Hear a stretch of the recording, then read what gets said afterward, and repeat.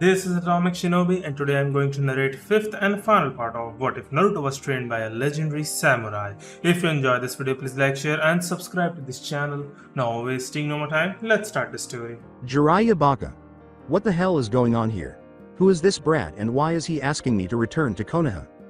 Naruto begged Tsunade-sama to listen to him. Tsunade chased Jiraiya around, saying, "Shut your mouth, brat, and wait your turn. When I am done with this Baka, I will deal with you." Naruto yelled at the enraged woman, "Tsunade-sama, I know why assassins are after you." She instantly stopped. She exclaimed angrily, so the Baka was not lying after all. Jiraiya exhaled and then exhaled again. "See, I told you it was not my fault." Naruto explained the situation fearlessly, saying, "Speak now then forever hold your peace, kid, because I am going to beat the crap out of you for this mess." Tsunade-sama, you already know that Konoha was recently victorious against the combined attacks of Suna and Otto. The Sandaime was killed in the process. The Sandaime is dead? Jiraiya chimed in. Yes, Orochimaru's Edo Tensei Jutsu killed him. You will also know that there is plague that is currently ravaging the countries of Kusa and Taki. That is also Konoha's doing. You knowingly spread disease to those two countries. Kid, I am going to beat you down real good. We had a very good reason, Tsunade-sama. Kusa and Taki are key entry points into the Land of Fire. If we had not taken action, then we would have to deal with Iwa in a head-on clash, and given our current shortage of military strength, we would have been in big trouble. We also sent Medic.nin to help those countries and strengthen relations. So you have effectively blocked Iwa from attacking Konoha. Yes, and I think the reason you are under attack by assassins is because Iwa realized that they were unable to attack us, and we would try and get you to return to Konoha. The boy's logic was then completed by Tsunade. With the aid of the world-famous Medic Nin, Konoha could easily deal with Iwa. So Iwa decided to get rid of me to avoid a potential invasion by Konoha. Exactly, but we do not want you back in Konoha in order to invade Iwa. We need you back in Konoha because we want to restart the medic training program which you will be in charge of, Naruto said. I am not coming back to Konoha, kid. Iwa will not stop sending assassins after you. Your life as you know it has ended. Tsunade confidently answered, I am Sanin. You have nothing to fear from anyone. True, but you will always be on the run and looking over your back at every corner. This is in stark contrast to your life now. You will not be able to gamble in peace. Naruto countered. Tsunade-sama, he has a point, and don't you think it's time we settle down now? We have been wandering around for a number of years now. Tsunade asked her subordinate, Shizune, are you taking their side? In an enraged tone. I am not taking their side, I am just saying that now might be a good time for us to settle down. I have decided that I will never set foot in that village again. You remember that, Shizune? I know what happened to Dan. Naruto interrupted Tsunade and her subordinate in their conversation. Brat, you are very close to being beaten to within an inch of your life. Jiraiya, did you tell the brat my business? Jiraiya thought to himself, be careful, Naruto. Tsunade always gets crazy when it involves her ex-boyfriend Dan. Jiraiya shouted back, putting more distance between himself and his teammate, no, Heim. Jiraiya-sama did not tell me anything. I dug up the information for myself. Dan was a great man who loved the village. He even wanted to be Hokage. And perished for it too, Tsunade remarked angrily. At least he died for something he believed in. He died protecting the village. I am sure he had no regrets, Naruto countered. Tsunade suddenly threw a punch at Naruto. Naruto, be careful, Jiraiya yelled. No, Tsunade-sama. Shizune yelled. Fortunately, Naruto was always alert and skillfully avoided the attack.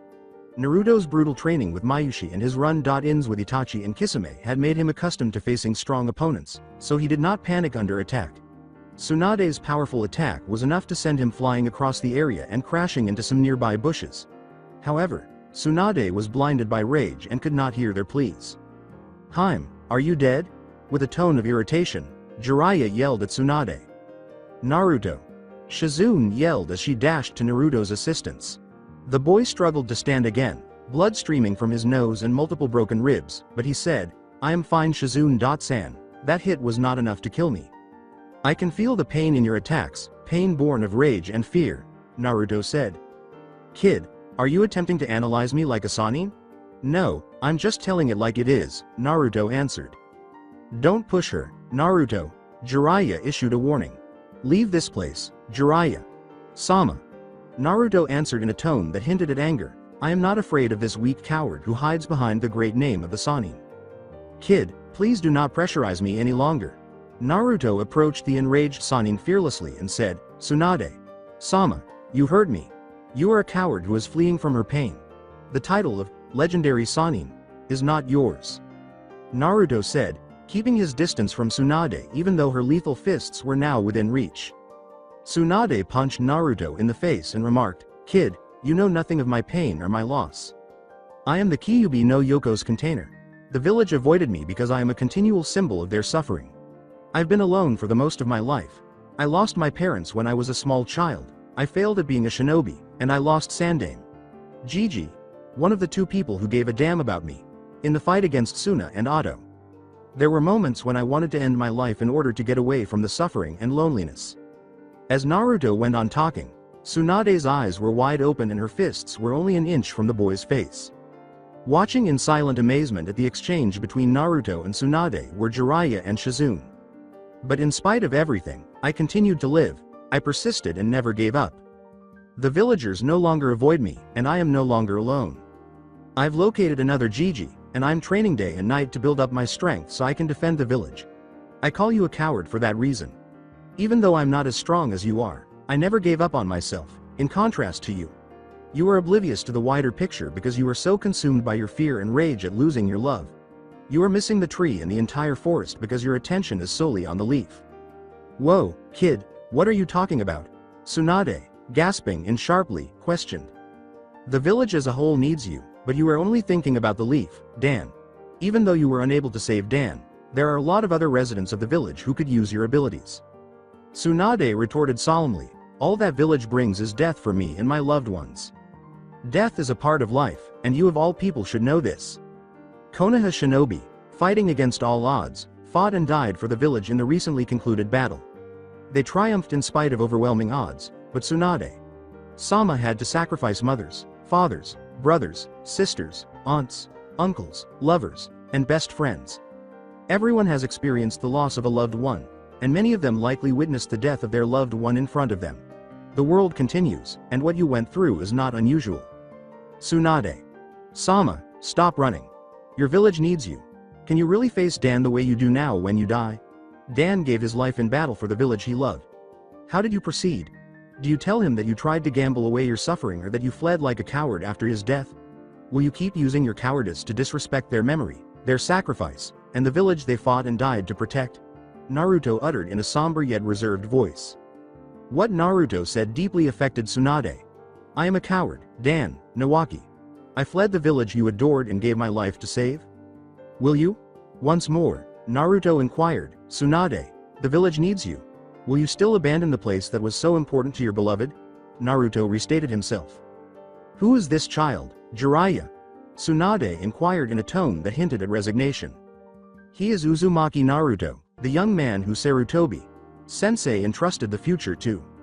This brat received the will of fire from Sensei? Yes, he did with his dying breath. Time seemed to stop still for a long moment. What is it going to be, Tsunade? Sama, will you confront your fears or will you keep avoiding them? I won't run anymore, Tsunade declared. Are we heading back to Konoha? Shizune questioned in a tone that hinted at some disbelief. Yeah, we will, Tsunade replied. Shizune grinned at the news without trying. The brat did it, damn it, Jiraiya pondered to himself. On the medic.nin program, I have free reign, right? Tsunade inquired. Walking up to Tsunade with a blank check, Jiraiya said, yes, and as an added bonus we have this. For what purpose is this? The village is going to clear all of your gambling debts. Tsunade went blank, and Shizune turned pale. All of my debts? Yes, to the last cent?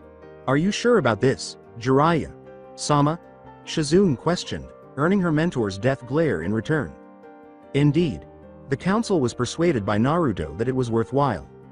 This child is really convincing. Did he do a shit job on the council too? Tsunade remarked as she scribbled numbers on the check. Indeed he did, and he's currently seeing Hiyoshi's daughter. It's Jiraiya, winking at Naruto, the boy replied, shaking his head. Tsunade passed Jiraiya the check again, and he passed out. Please let me see the check. Inquiring out of curiosity, Naruto. Tsunade. Sama, you really got that much debt from gambling? Naruto half asked, half exclaimed.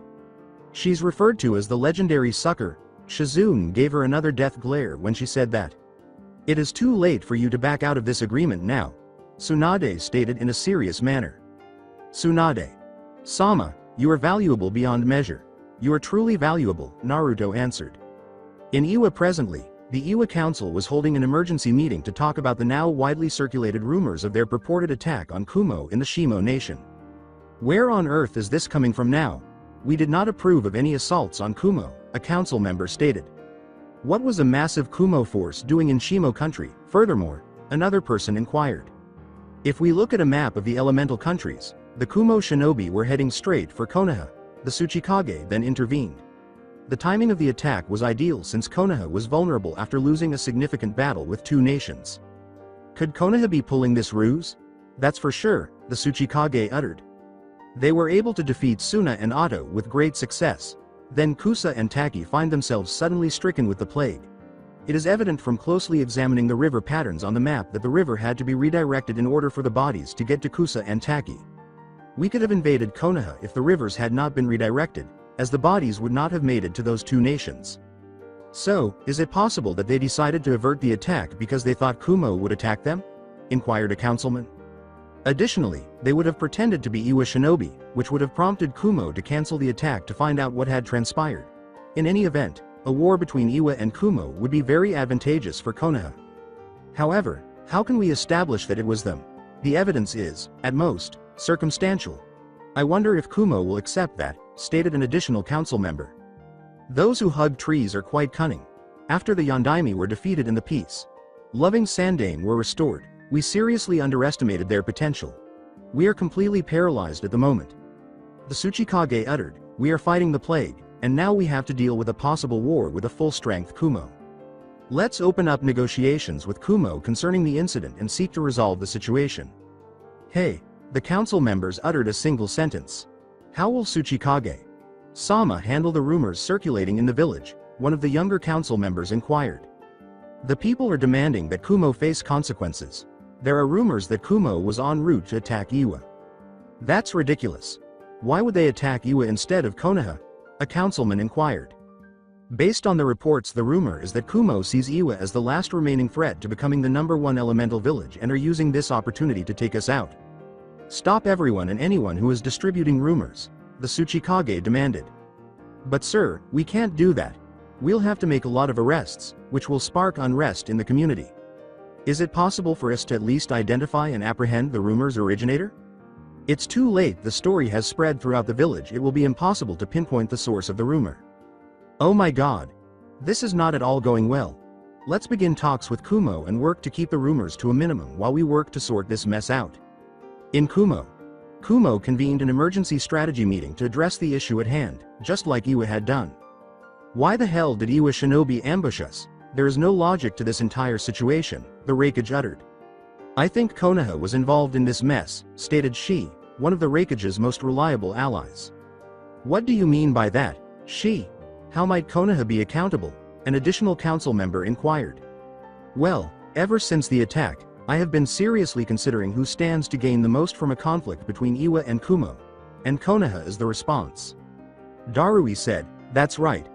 Konoha just defeated Suna and Otto in a fierce battle that would have reduced their numbers. They couldn't hold out against our onslaught.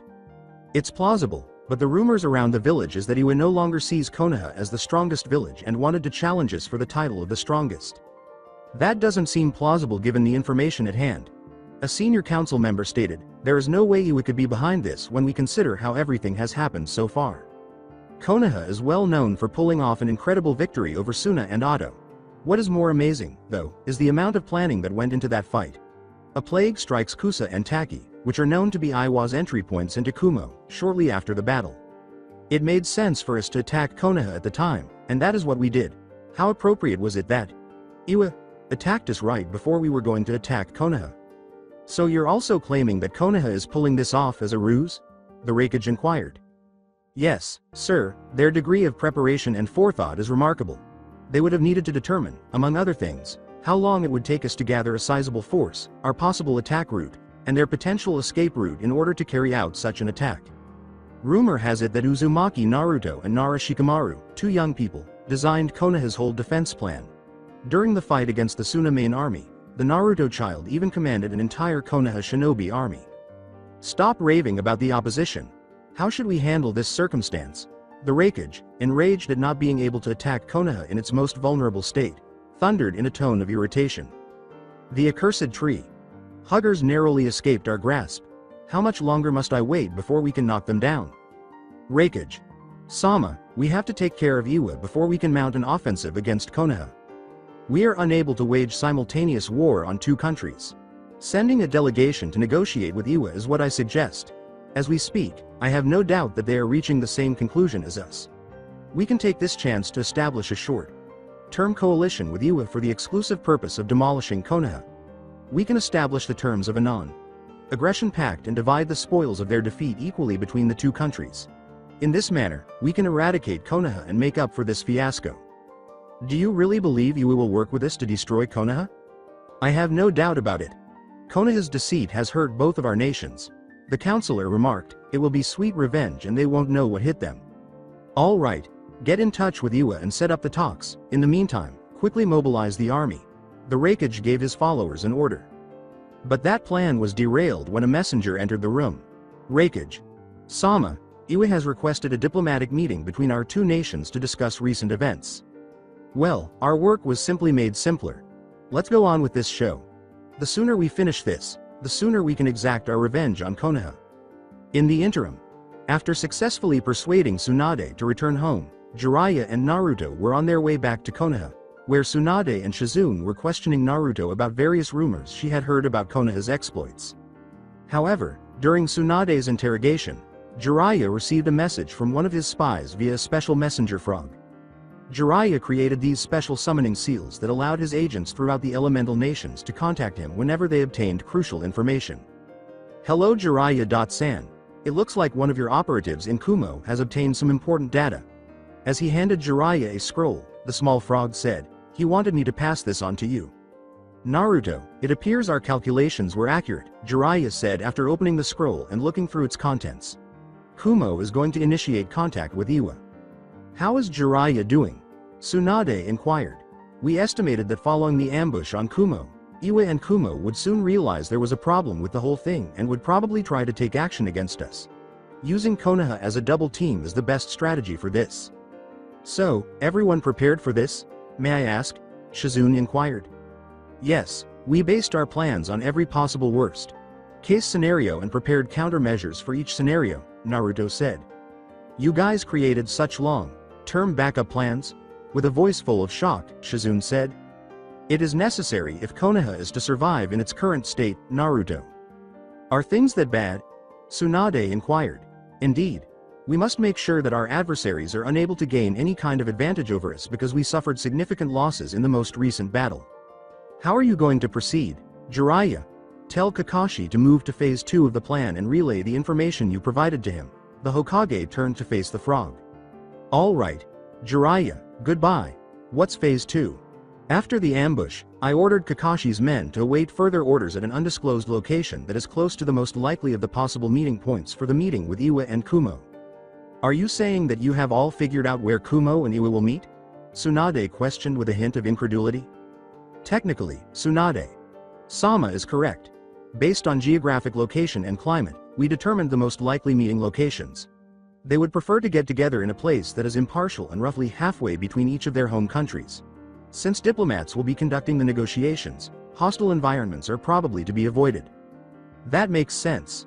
So, in essence, we're 1 or 2 steps ahead of our adversaries?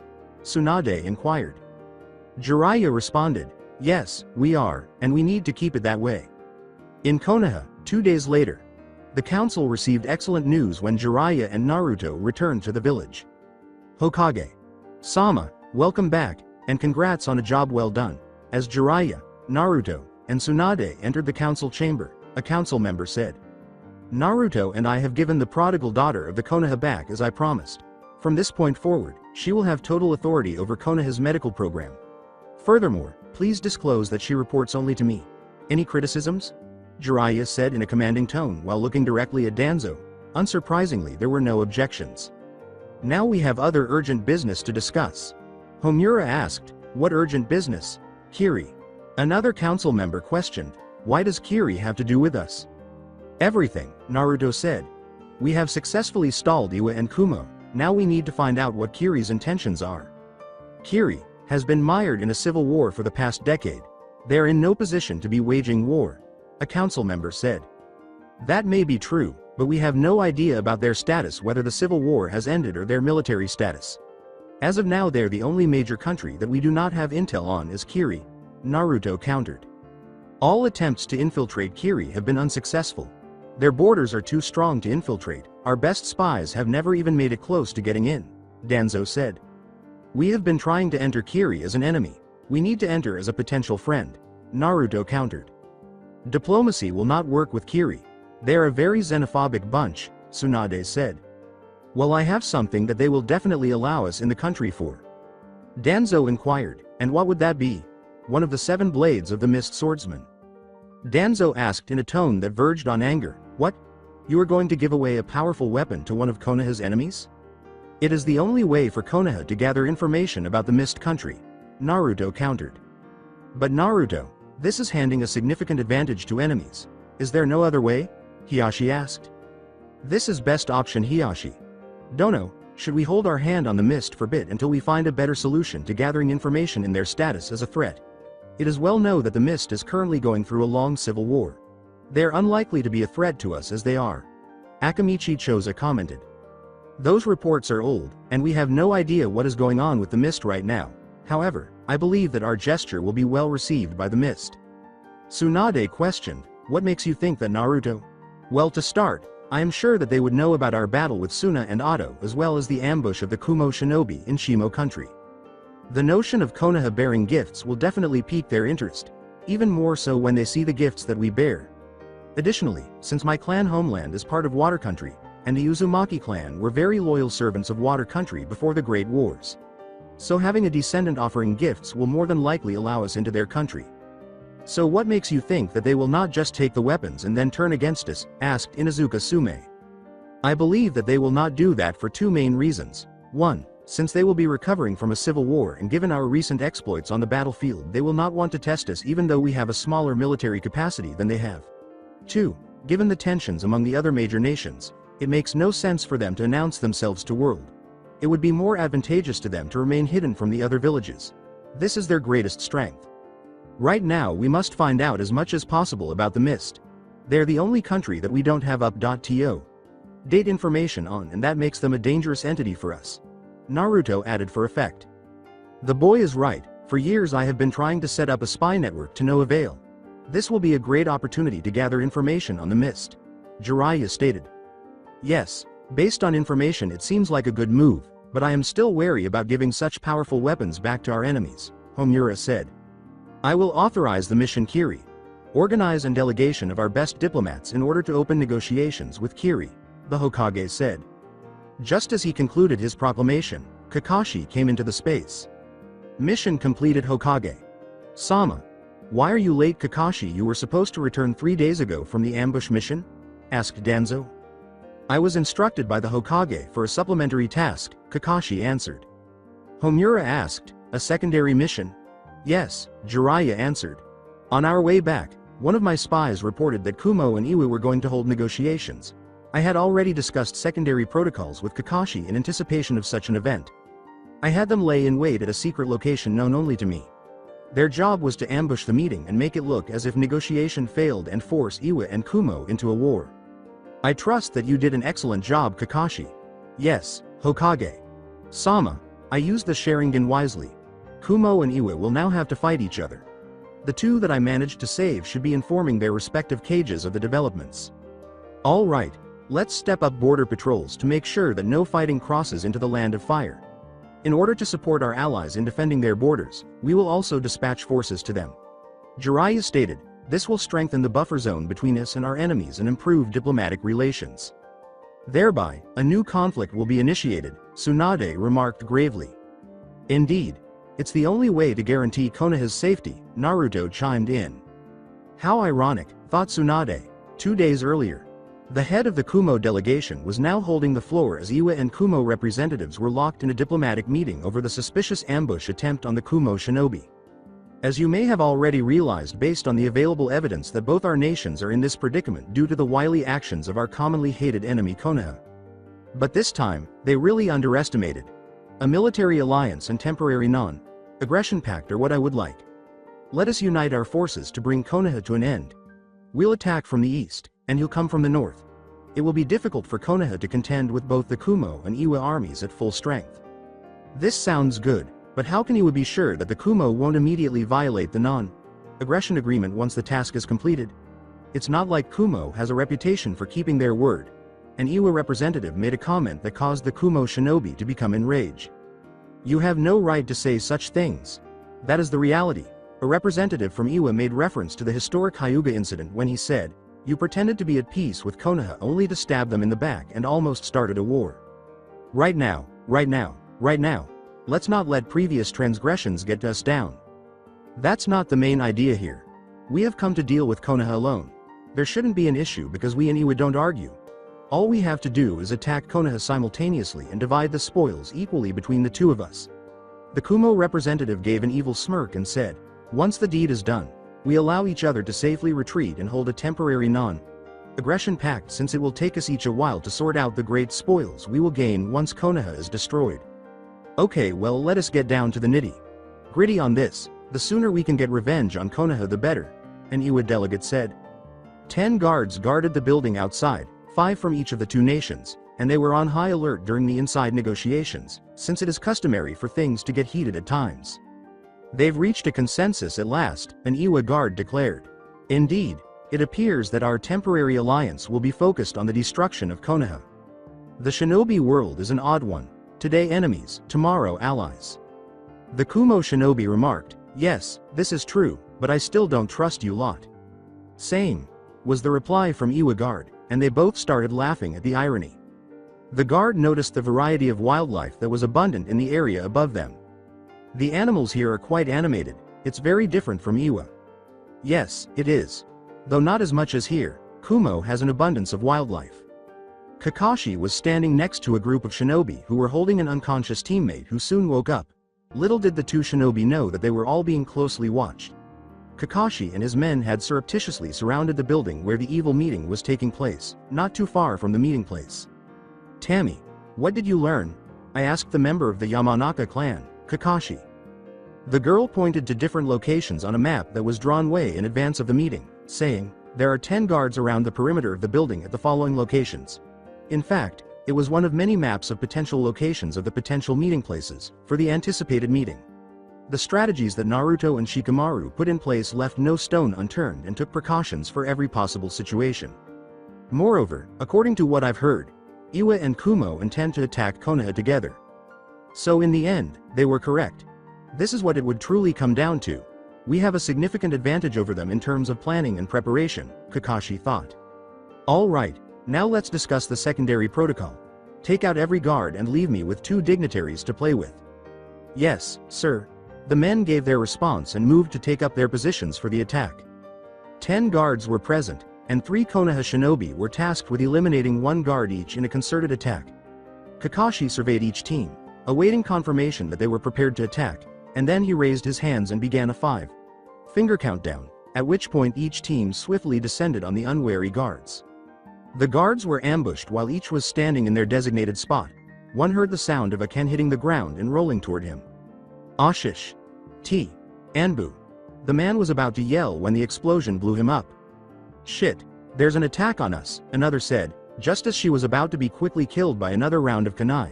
She managed to avoid a hail of them but was blinded by a smoke bomb mixed with tear gas that was launched while she was defending herself.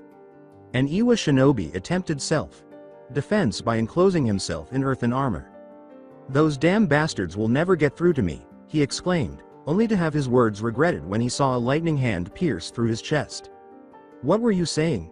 Kakashi inquired in a perplexed manner. "Oh my god." Before he passed away, all the man could say was, "Copy.ninja." The ambush was completed in less than a minute, with the guards falling one by one in a swift session. From the delegation room inside, As they worked out the specifics of the plan to destroy Konoha, the diplomats were eager.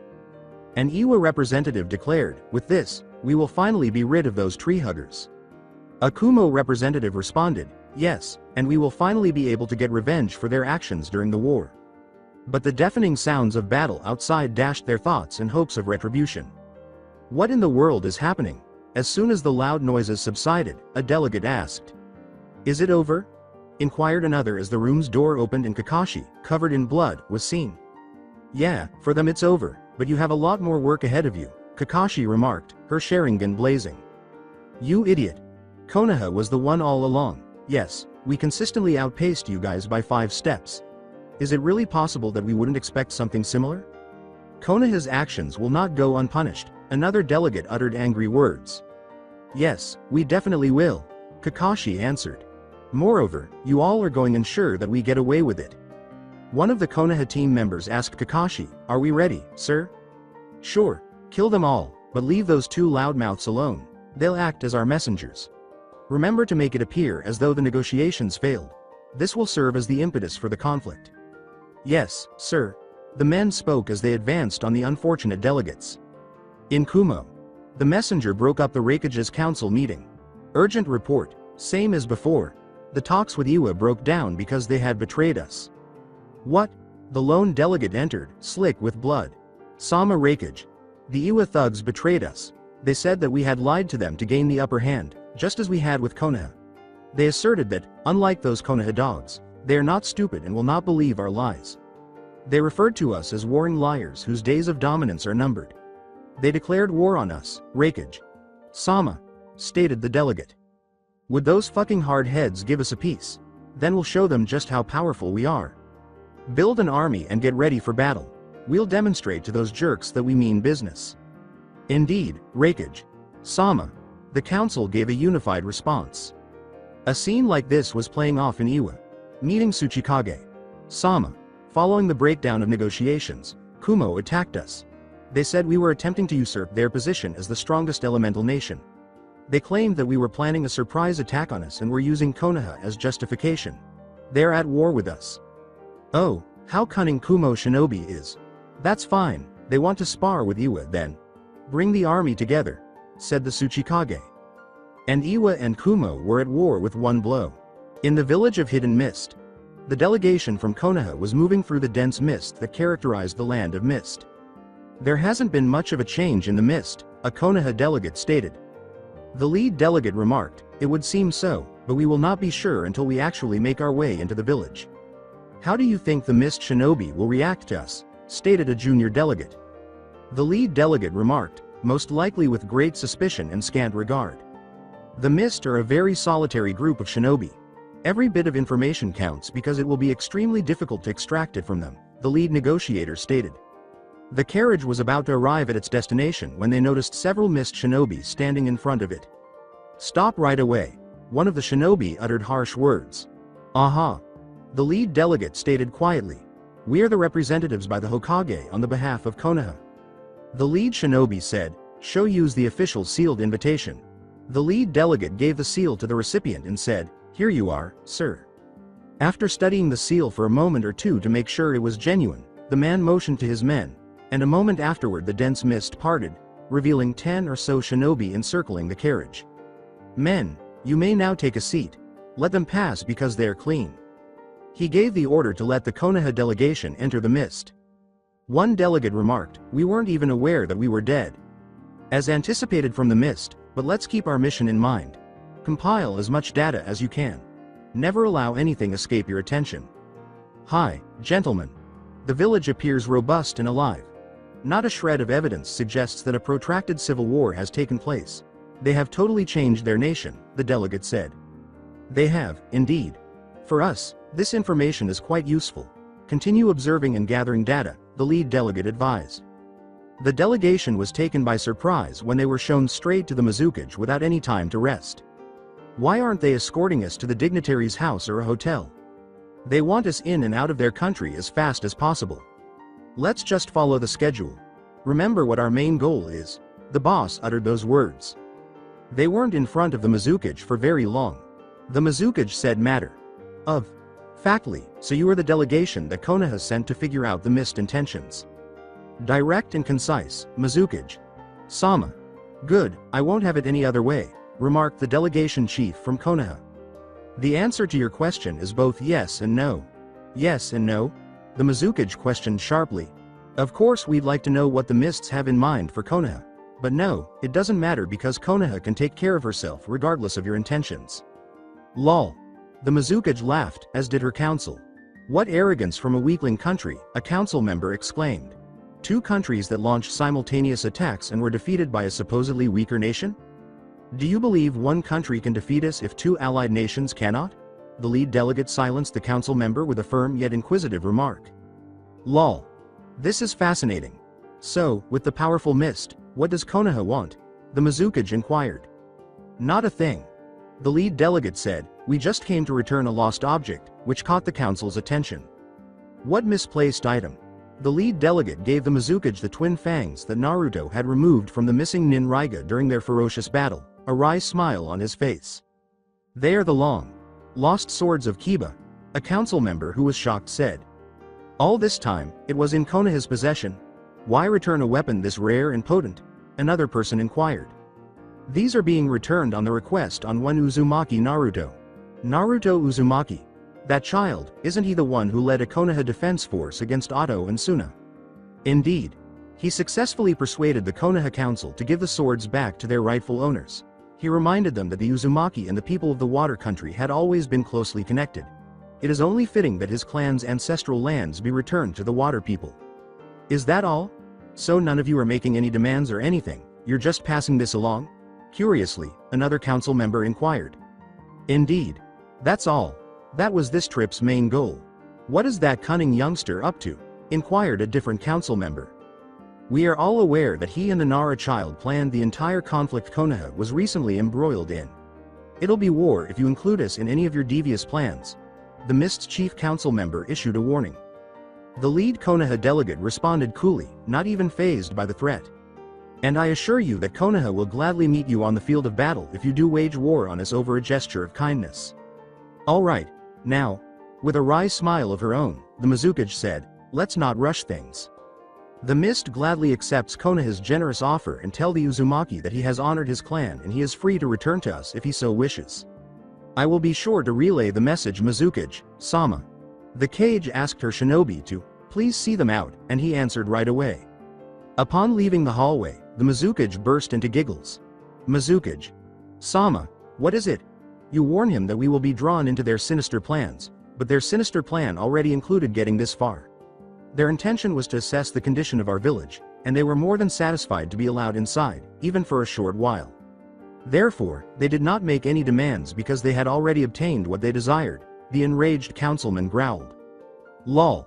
Furthermore, they are letting us know that they are not a threat to us by flashing their formidable and long lost Kiba fangs, even though we all know that they are ready to engage us in combat if need be. As a result, we must decide on our position, which is to remain neutral. So, Mizukage. Sama, why didn't you inform them that we pose no threat to them? I've already done it, the Mizukage grinned. That at such a young age, Uzumaki already possesses such talent. Watch his development, please. He will undoubtedly grow into a fascinating young man. Furthermore, this is not the moment to demonstrate our strength to the world, the Mizukage grinned. Oh Konoha, how intricately you weave your web, she grinned and said. After about a week, following their successful mission, the Konoha delegation made their way back to Konoha and addressed the council. Hokage. Sama, the mission was a huge success, stated the lead delegate. What condition is the mist in? Questioned Danzo. The village has a lot of life. They appear to be fully recovered from the American Civil War. Do they pose a risk to us? Questioned Homura. Not at all. But the Mizukage was very interested in the Uzumaki, and he even extended an invitation for him to join the mist. Lol. What a hilarious Mizukage, Jiraiya spoke. It appears that Naruto was correct to say that his ancestry was a major factor in the entire negotiation. The Hokage remarked, he really knows how to use people, even himself. A messenger burst into the council chamber as the conversation went on. Report urgently, Hokage-sama, what is it? War has been declared between Iwa and Kumo. The trick worked, then, excited, Inuzuka.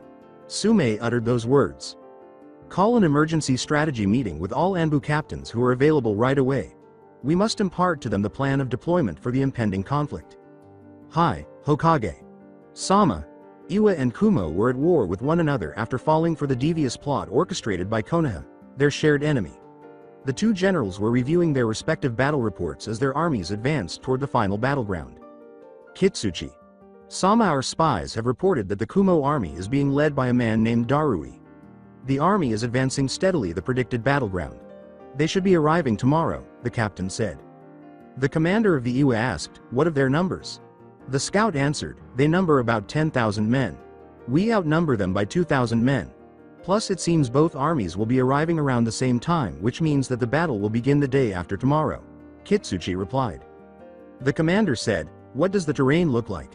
Sir, it is a complex terrain consisting of hills and forests. The Iwa army commander declared as they steadily advanced to the battleground, we will use our superior numbers to encircle and wear them down. We have to be careful because we lack experience fighting in forested areas. Plus they have the elemental advantage as well. Similarly, Darui, the leader of the Kumo army, was speaking similarly with his soldiers. Darui. Sama, it seems that both armies will meet at the predicted location at almost the same time tomorrow. However, they outnumber us by approximately 2,000 men. So we're at a disadvantage in terms of numbers, but we have the advantage of the elements and more experience fighting in forested areas which will even things out. They will favor encircling tactics to maximize their superior numbers. Darui commented. The captain questioned, so we won't be going on the offensive against the Iwa? No, we will maintain a defensive formation and minimize troop loss. With a curious tone, the captain said, don't you think this is being a bit too conservative, my lord? No, I believe this is the correct decision. I think that Reikage Sama has made this decision to go to war with Iwa a little too hastily. Something is amiss about the entire situation and I intend to ensure that we lose as little men as possible. The captain inquired, you think Konoha has something to do with us going to war with Iwa? Yes, most definitely. They're the ones to benefit most if the two great nations of Iwa and Kumo were to weaken themselves through this war. Darui responded. I see now, sir. We'll try our best, the captain remarked. I have no doubt. In the meantime, deep within the Forest of Death, Naruto and his mentor were in their usual spot. To begin the next phase of his training, he stood before his master. Mayushi asked his student as he drew his blade, you've been so busy plotting diabolic schemes to lure Konoha's enemies into one trap after another. I hope with all the scheming you've been doing you did not neglect your training? Just in time, Naruto drew his sword and blocked his master's powerful blow that would have sent him flying across the clearing. As he shot through the sky, Naruto sensed that his master was about to launch another attack. In midair, he sensed an attack coming at him and reflexively pulled his wakizashi to deflect the second blow. After the boy successfully blocked the second attack, Mayushi thought to himself, his reactions are increasing while under pressure. He's unconsciously used the ni.dai.ken. Good. With that, he delivered a vicious kick to the boy's body. Mayushi gave his student very little time to think or respond as he continued his vicious attack. He was pressuring the boy to rely more on the deeper power that was within him and to overcome the handicap of thought. With a sly smile, Mayushi exclaimed, give up the idea of winning, boy, it is never going to happen. Mayushi asked himself, I wonder if he will grasp the other part? Naruto was unable to match his master's incredible strength and speed. It was the same overwhelming sense of futility that had haunted him since his fight with Gaara. But he also thought back to his earlier experience at the riverbank in the Forest of Death, when he experienced his profound connection to life for the first time. A voice murmured in Naruto's head, yes. Remember, you can trust life, young one. There is no need to fight with life, it will guide you. Naruto felt as though he was starting to notice his master's massive attack more quickly as he crashed into a big nearby tree. Even though his body was being crushed, he started to lose hope that he could beat his master. Naruto got to his feet, his body a mass of wounds and bruises, and faced his master, who stood before him in an imposing manner. He sensed a gentle, imperceptible air that gave him the impression that anything was possible. His body began to soften and relax. Believe in yourself, young one. Believe in the air around you and life itself. As Naruto listened to the soothing voice, his body began to relax. Not only winning. I must give up the idea of both winning and losing, of living and dying. Yes. That is what your master is trying to teach you. Naruto started to feel every little detail of his surroundings as he started to let go. Good, young one. Now you must extend that soft presence to include your opponents as well. When an external force exerts pressure on you, do not resist it, but instead accept and yield to the flow of power without rigid resistance. In this acceptance and yielding, you will remain in a state of harmony and you won't be slain. Naruto started to progressively enlarge his surroundings. He could even feel the instant his presence met his master's. Naruto's body felt lighter and more sensitive in this enhanced state. If your heart is preoccupied, your sword will not be true, the voice went on. As he prepared for another assault on his pupil, Mayushi thought, confidence deepens and fighting spirit gets tough. He's entering the San.Dai.Ken. His presence has connected to mine. As his master attacked him, Naruto thought to himself, he's coming. As he took the blow from his master, Naruto said to himself, don't resist. My sword can reach anywhere. As Naruto received his master's follow-up thrust, he thought, the other one is coming. He then returned the blow with an attack of his own, which his master also received. Mayushi thought to himself, yes, he's definitely activated the San.Dai.Ken. I never thought he would grasp it so easily. As Naruto skillfully took all of his master's attacks, answered each one with a counterattack, and launched his own attacks. Naruto kept flowing with every attack from the master as he dove deeper and deeper into the abyss. Everything was visible to him, including the veins on the tree leaves, the butterflies fluttering across the field, the gray hair on his master's head, and most importantly, his master's sword. He could hear the birds chirping and fluttering seemingly carelessly, the trees rustling in the wind, and the shy deer darting further into the forest. Naruto exclaimed, I can see, feel, and hear everything. Naruto began to become excited as the conversation went on. It was thrilling to consider going toe-to-toe with his master. But as the excitement mounted, his master progressively gained the upper hand, propelling him in the direction of the opposite end of the clearing.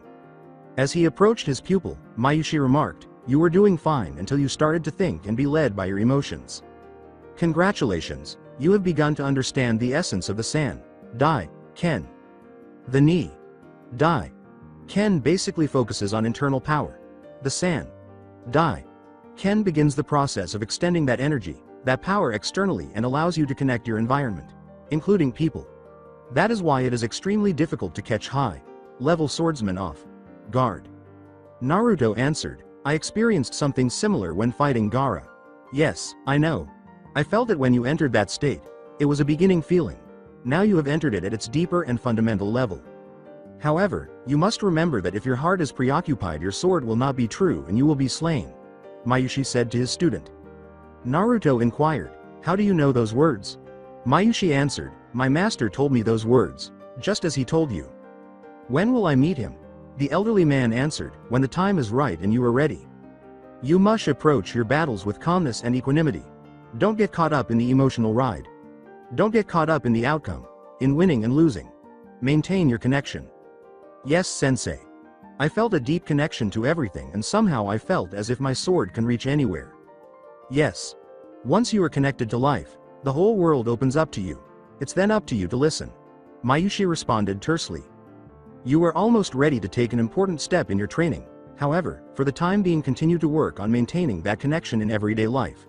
Do not be caught up in your mind or emotions. Hi. Naruto answered. In the meantime, you have other stuff to take care of. Your country will need you for an important battle that is soon to come. As the boy's bodyguards materialized beside him and his master, he answered, I know.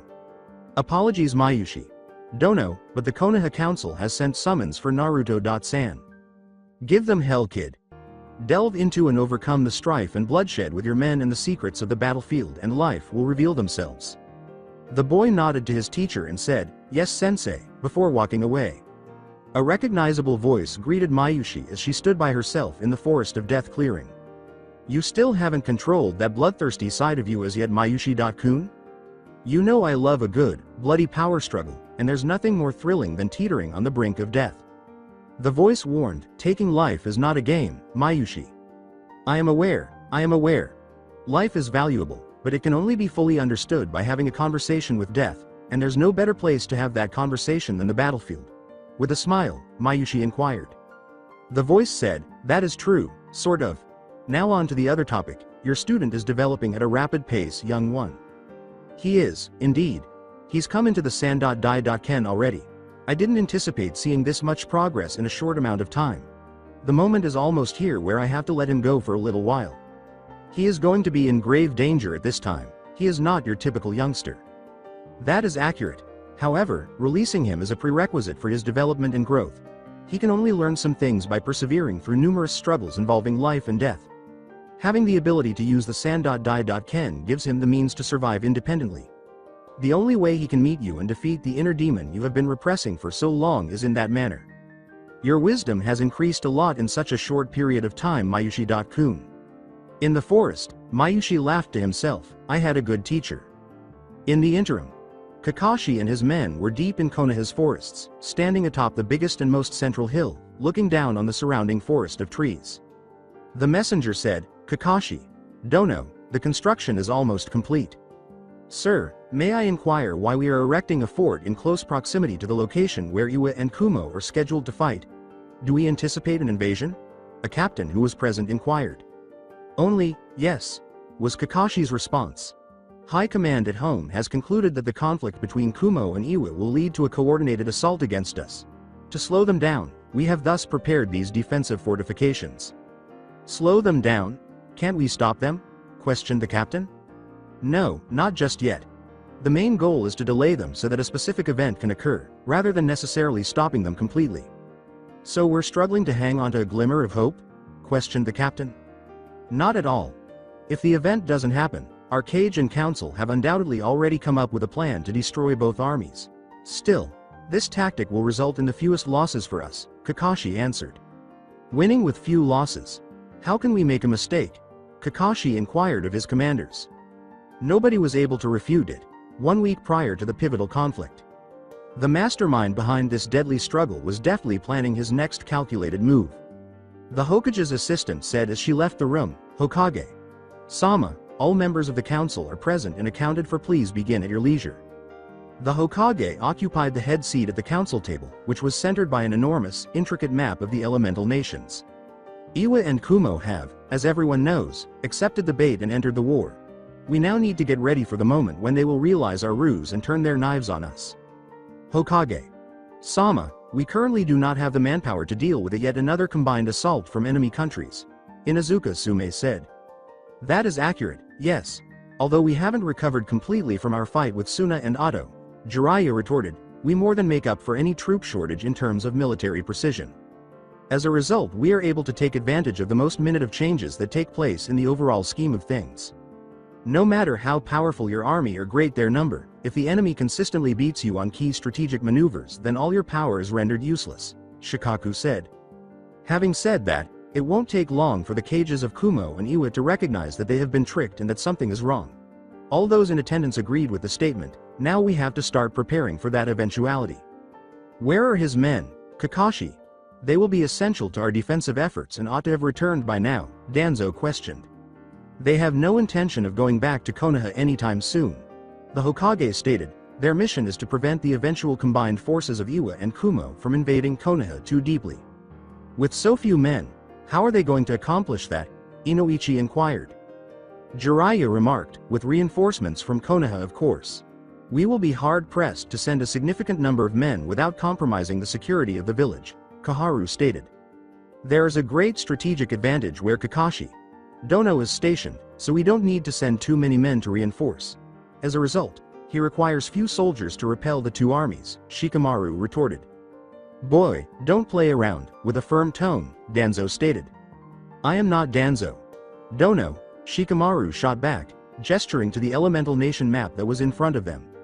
Pointing to a spot on the map, Shikamaru said, we've predicted that based on the locations of the two armies and the terrain, there's only one possible location for the battle, and it's this location. I'm sure they'll band together briefly to destroy us once they realize they've been tricked in some way. Nevertheless, their attempts to attack us will be hindered by the size of their respective armies, as they will be unable to keep up a suitable and secure supply line. Additionally, there is a serious lack of trust between the two armies, which will hinder their coordination and facilitate our task. Which means that they will want a swift conclusion to the battle, Hiyashi said. Shikamaru went on to say, yes, and the only way for them to do that is to follow this path. With an army that size, this is the quickest path to Konoha. There are 3 hills along this path. A large hill, flanked by 2 smaller hills, all surrounded by rough terrain and dense forests. The area around these 3 hills is perfect for building natural forts that can be used to stall the enemy. Using the natural terrain to our advantage, Kakashi Dono and his men are building a natural fortress as we speak. Now that we have that fortress, we can cause serious problems for both armies. Furthermore, teams have been dispatched to construct multiple forts at strategic defensive locations across the Land of Fire. Thus, we will have a few backup positions in case they manage to breach the main fort. Thus, by depriving them of food and using guerrilla tactics, we will drag them into a protracted defensive conflict that will drag them deep into our territory and gradually consume them. Their morale and fighting ability will severely decline when they are stranded deep in enemy territory without food, and we will win hands down. Shikamaru's statement aroused the interest of the entire council. Shikamaru's father observed his son with a trace of pride and thought, it's obvious that Naruto's fiery nature is starting to rub off on him. The 2 boys are supporting and nourishing one another. They will surely be among the village's most powerful men. They pose a severe danger to my ambitions of becoming Hokage, Danzo mused to himself. Moreover, we only need to stall them for a day or 2 before the attack is called off. How are things going, Shikamaru? Inquired Choza. Shikamaru answered, well, because of a hand played by us as it regards Kiri. If all goes according to plan, Iwa and Kumo will call off their attack. At that moment, Naruto entered the chamber through the door. With a respectful bow to the village chief and then the council members, the boy said, Hokage Sama, I am here at your request. He was covered in cuts and bruises all over his body, and everyone was staring at him. Upon observing the boy in his battered state, the Hokage apologized and thanked him for interrupting his training. Naruto said, no problem, Hokage Sama. I hereby command you to take charge of the 1,200 men you lead during our battle with Iwa and Otto and provide reinforcements to Kakashi and his men, the Hokage said. I have decided to keep your men together, restocking them with supplies and allowing them to continue their training under the watchful eyes of your Anbu guards. I anticipate that you will lead Konoha to victory once more, the Hokage uttered in a fierce manner. The boy bowed to his cage and left the room, saying, yes Hokage Sama, I shall leave at once and rest assured that Konoha will prevail. No one in the room voiced any opposition. Why don't we send more reinforcements, Hokage Sama? Homura inquired. The boy has talent, but he's up against the combined force of the Iwa and Kumo. We'll need a lot more men, in my opinion. No, Shikaku replied. Hokage Sama made the correct move by sending Naruto and his men. How is that? Asked Inoichi, Shikaku's longtime friend and teammate. Terror, he answered. By now, news of Naruto's exploits in the previous war would have reached every elemental nation. They will take extra care to prevent suffering a fate similar to Suna's when they learn that Naruto and his men are defending the area. They will be hesitant to commit a sizable number of men to the attack, which will result in additional delays in their plans and make things much harder to break through. Therefore, it would be simpler for the men to defend. Shikaku concluded, this is the best use of our limited man power. He was starting to see the greater picture materialize before his very eyes. After about an hour, the Hokage wanted the next generation to work together and grow on the battlefield, so Naruto's men gathered in one of the biggest training grounds in Konoha. Many of the men and women there had fought and bled with him against Suna, and many new faces were also there, including members of his former classmates. It had been a long time since they had seen Naruto, but they were all aware of his accomplishments along with those of Shikamaru. Those two were the young stars of the village, outstripping even Sasuke, who did not take too kindly to that. The men and women of Naruto's personal fighting force were going through some of the most horrible and ridiculous training that they had ever gone through.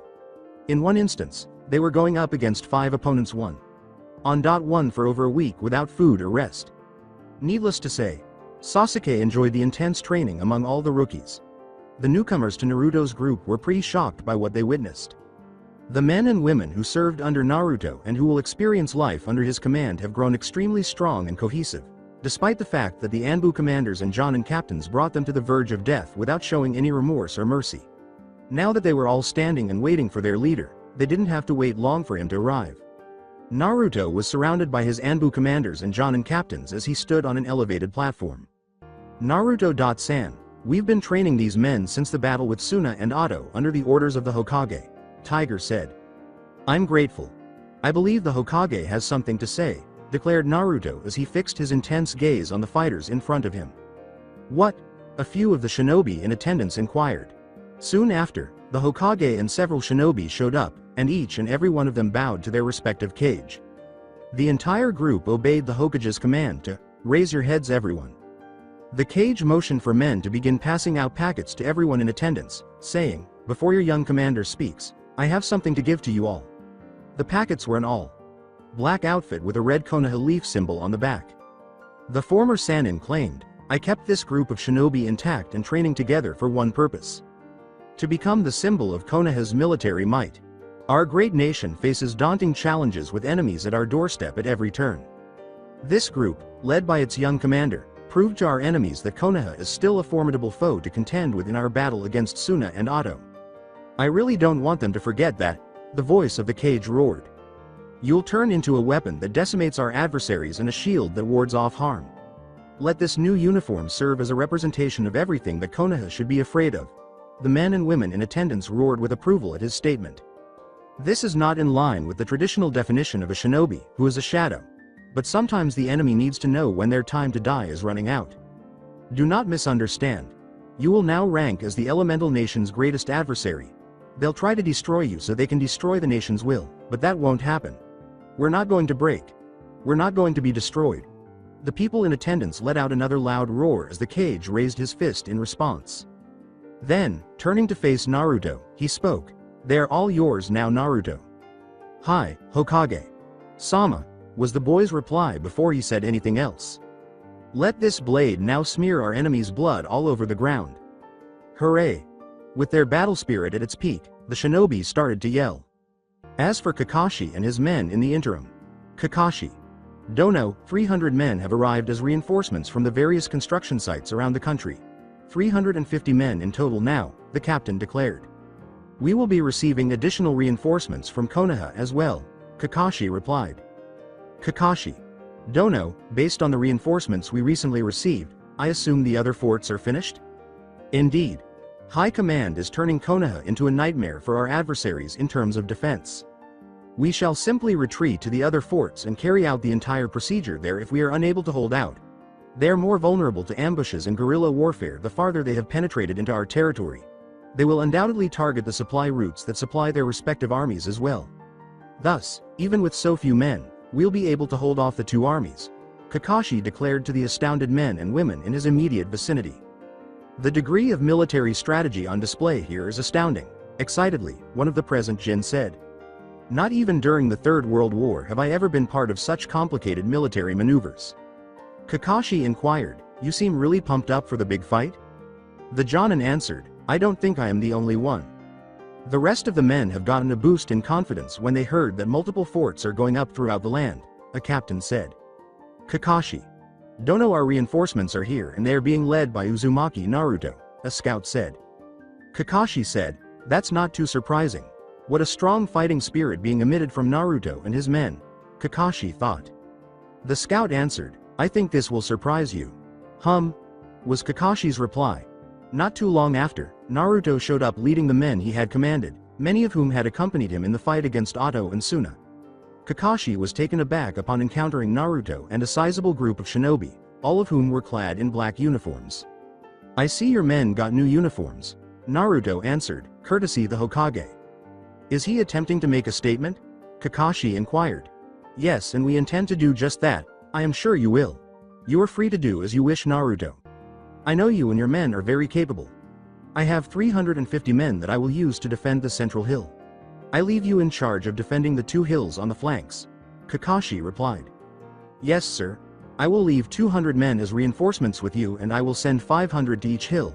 I am sure you will want your squad with you, so I have assigned them to the men who are reinforcing you." "Good. 200 of your men will be more than enough here. We have already created a very strong defensive network using the natural terrain to our advantage. Here is a map of the area and in it you will find detailed information about secret paths and the areas where we have set traps," Kakashi said as he handed the maps to the boy. "Thank you very much, we will make full use of this information. Here is a detailed description of our communication strategy for this battle. I am sure you will find it very useful as well," Naruto said. "I'm grateful," Kakashi said. The Jonin thought, this is going to be a very interesting battle. In the meantime, the armies of Kumo and Iwa. The expected battleground had been reached by the armies of Iwa and Kumo, who were fighting a fierce battle. The more aggressive Iwa were attacking Darui and the Kumo army from all directions. Darui opted to arrange his army in a square formation, which offered robust protection against any potential enemy assault and the flexibility to quickly send in reinforcements. Keep calm everyone. Tell the left flank to close in a bit more, they are leaving too many gaps. Tell the right flank they need to push out more, we need room to provide reinforcements when necessary. Send reinforcements to the center and tell them to pull back a bit, they're getting too excited. Keep casualties to a minimum, survival is a priority, Darui ordered. Yes, sir, exclaimed the messengers as they hurried away to deliver their messages. Lead men with determination, the cowards lack the courage to fight. Assign teams to both flanks to subdue the adversary, Kitsuchi bellowed. Yes, sir. Darui responded by sending reinforcements to the affected flanks, and as a result, neither army was able to gain the upper hand over the other. Two Iwa captains then rallied some of the men in reserve to carry out the flanking maneuver. What state are the men in? Darui questioned the sub-commander. The sub-commander answered, we're holding on steadily and keeping casualties to a minimum. Well, keep up the fantastic job, don't take the initiative by force. Iwa and Kumo engaged in back-and-forth fighting until dusk, at which point the Iwa army made the decision to withdraw in order to prevent harming or killing any of their own soldiers. The entire military council of Kumo was present, as is customary in times of war.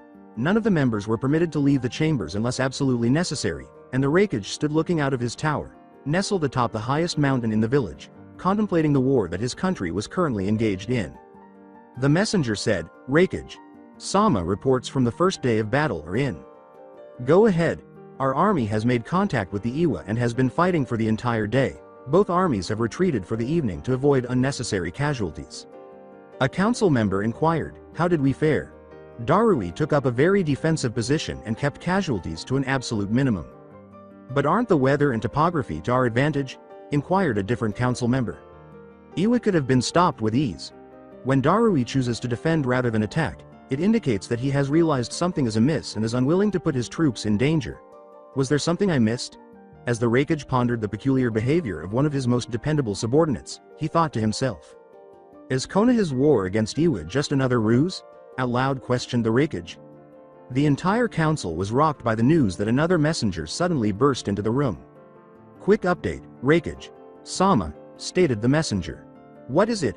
Sir, according to information from our spies, Konoha are building multiple forts of various sizes all over their territory. Additionally, they state that the forts were built with such precision that they can instantly reinforce one another. It's unfortunate news, Raikage, Sama, said she. Under our noses, Konoha is building a veritable wall of iron. They will be able to easily harass potential enemies' supply lines and defend against them with this configuration. This implies that a battle can last nearly endlessly even with a smaller number of soldiers, she went on. Raikage.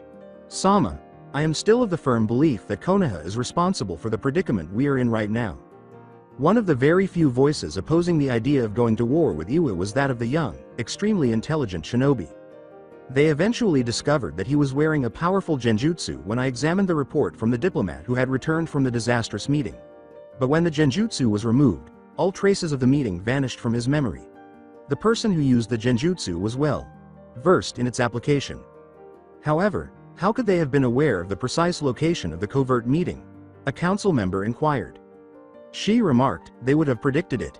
As I previously stated, Konoha's military might may have diminished somewhat in the conflict with Suna and Oto, but their military accuracy is extremely frightening. Without actually participating in the conflict, they are essentially controlling how battles unfold. So, are you advocating that Konoha should get away with this and we should back off? With a sour tone, a council member spoke. This may be the best option since I am sure they would have anticipated all possible outcomes. Many of the other council members agreed with the statement made by another member, if we were ally with Iwa for the sole purpose on destroying Konoha then there's no way they can stop us. She remarked, maybe that's exactly what Konoha wants. If we venture too deep into Konoha territory our supply lines will be vulnerable and all it would take is for them to engage in guerrilla warfare which will cause our men's morale to plummet. Also, they've managed to defeat Suna and Oto combined and I am sure they are confident they can do the same with an Iwa-Kumo alliance. Another council member remarked, Kid, there's a huge difference in battle strength between Suna and Oto compared to Iwa and Kumo.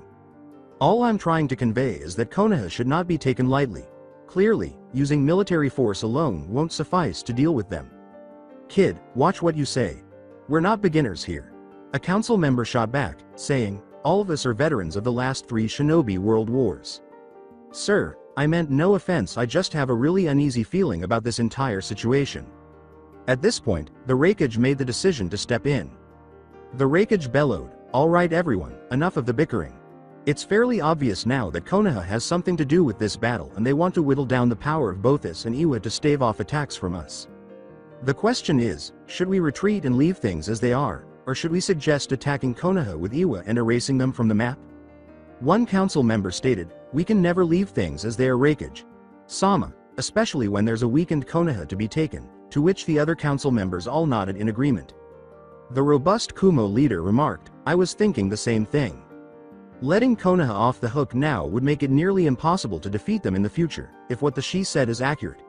One of the more senior council members remarked, if they are allowed time to regain their military strength, things will only get worse. Raikage. Sama, kindly allow us to take additional safety measures in case Konoha has set up a trap. I implore us to fortify the defenses around our supply lines in order to prevent any disruptions. She again pleaded with the council, saying, we also need to take extra precautions against ambushes and guerrilla warfare. I agree, the Raikage uttered. Send word immediately to the Tsuchikage with our proposal for a temporary alliance against Konoha.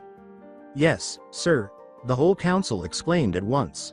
The next round of intense fighting between Iwa and Kumo shinobi was happening while the message was being sent to Kumo's enemy. Darui. Sama, there's a pushback on our left flank, a scout reported.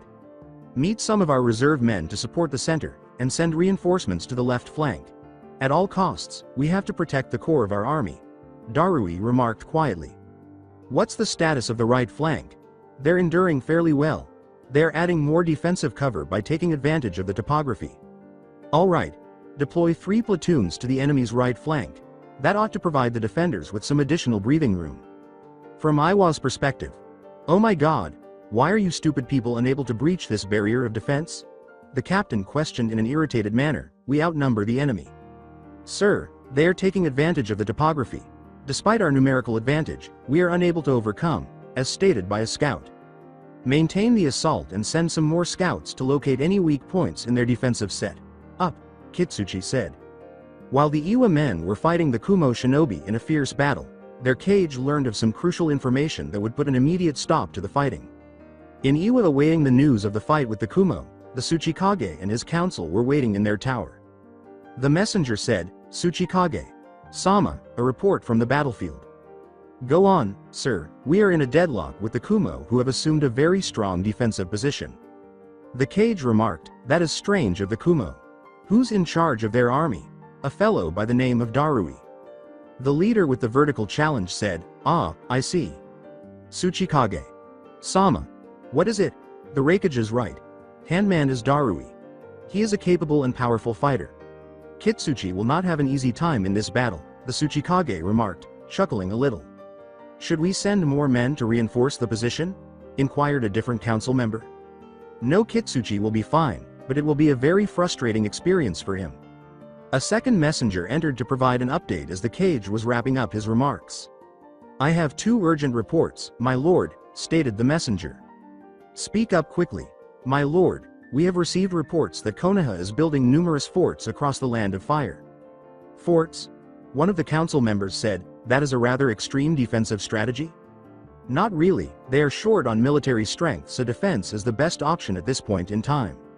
Sir, the reports also stated that the forts were constructed in such a way that they can be easily reinforced by men from the other nearby forts. They're trying to turn Konoha into a stronghold that cannot be breached. If they succeed in this and are given time to heal completely, it will be extremely difficult to attack them. Tsuchikage. Sama, we must take this seriously, they are using our conflict with Kumo in order to solidify their defense. My lord, the second part of the report may provide a solution to the current problem. What? The Raikage has also noticed the latest development by Konoha and wishes form a temporary truce and alliance for the sole purpose of crushing Konoha before they are fully able to complete their defensive network. The Raikage thinks that Konoha's meddling directly caused the strife between our 2 countries. He wants to bring to our attention our previous plans to form an alliance in order to permanently destroy Konoha. The messenger concluded, He also wants to draw your attention to how quickly things went south, who stands to gain the most from our dispute, and who is using our conflict to visibly strengthen their own position. What conditions does he have? Inquired a senior council official. He simply wants to destroy Konoha, split everything in two and a non-aggression pact for 2 years. What is the opinion of the council? The Cage, floating around the room, inquired. Should we grant Kumo's request? One by one, the Iwa council members nodded in agreement with Kumo's suggestion. All right, then, it's settled. Call for an instant cease fire. Notify Kitsuchi of the arrangement and inform the Reikage of our readiness to work together. The messenger replied, yes, Tsuchikage Sama, and hurried off to deliver the messages. Returning to the battleground, though that was soon cut short as both armies received word of the temporary alliance, the raging armies of Iwa and Kumo continued their finely poised battle, with Iwa as the aggressor and Kumo as the steady defender. Well, this is fascinating, Darui uttered. Is that the decision that Reikage Sama has made? So the Iwa will be our allies? Questioned a captain. Darui answered, yes, for the time being. Let us go meet the Iwa commander who has been attacking us so fiercely. Conversely, Kitsuchi was getting ready to meet with the commander of Kumo, whose defensive formation was causing him a lot of problems. Kitsuchi Sama, how strange it is that we will be partnering with men who we were killing just a moment ago, a captain said. This is how war is fought. Today's enemies, tomorrow's friends, and tomorrow's enemies again. Shortly after the Kumo contingent arrived, the burly Iwa commander pointed to it and said, look, our allies are here. So this is the Kumo commander who has given us no end of grief in our brief engagement. With his typical glum tone, Darui stated, I only aim to do my best. On to more significant issues at hand. Our individual cages have given us orders to attack Konoha directly. Let's agree to keep our armies apart but close enough to communicate in order to prevent any future conflicts. Kitsuchi described it as straight to the point. Agreed. We need to move post haste in order to prevent Konoha from further solidifying their defenses, he continued. I concur. Let's head out, Darui declared, turning back to his men. Soon after, the two armies started their deadly advance on Konoha. In the interim, Konoha a messenger entered the council chamber abruptly. Hokage Sama. Rather than engaging in combat, the Iwa and Kumo have allied and are traveling toward Konoha. Wonderful news. All that remains to be done is wait and see if the gambit pays off. Their scouts brought similar news to Naruto and Kakashi. It seems that everything is going according to plan so far, Kakashi said. Yes, it is. We thought they would have realized that what we were doing was fortifying our nation's defenses. It's sufficient to make everyone pause. Kakashi remarked, they're dancing to our music again. Yes, it's critical to inform our adversaries of our next course of action. In this manner, they become unaware of everything else we have in store for them. Yes, I am aware of your penchant for leading them on. But, Naruto, I never would have imagined that you would grow up to be this much. The boy answered, I guess it was all fate. All that Kakashi could reply was, hi, to get ready for the impending battle, I'm going to the other two hills. I will shortly be leaving with my men, so please keep an eye out for our communications. How do you intend to proceed? With a glance at the piece of paper he was holding, Kakashi asked. Obviously, attacking. To the surprise of people who had never collaborated with Naruto and his men before, Naruto answered as though it were the most obvious thing in the world. But one of the men from Kakashi's group said, but Naruto. Dono, they number over 20,000 men. As he headed to meet his men, Naruto answered, it matters not. Leaving the stunned men under Kakashi's leadership behind. Some of the rookies from Naruto's force stationed on the main hill were discussing the events while Kakashi and Naruto were speaking.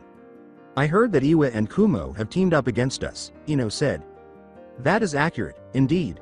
Both nations have bared their teeth in our direction, based on what my buds told me.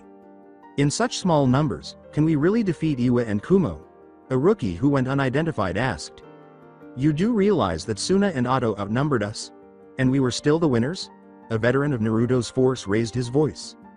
We have more than enough to defeat these two armies, so don't worry. The courage and ability of the army's leaders determine the army's strength in low numbers. Our incredible young commander is in charge of everything, and Konoha's most senior Jonin is too. You'll see why and how we did what we did to Suna once you witness him in action. Naruto arrived at that moment. We are going to attack the enemy, everyone, and departed, saying, return to your respective squads and await further instructions.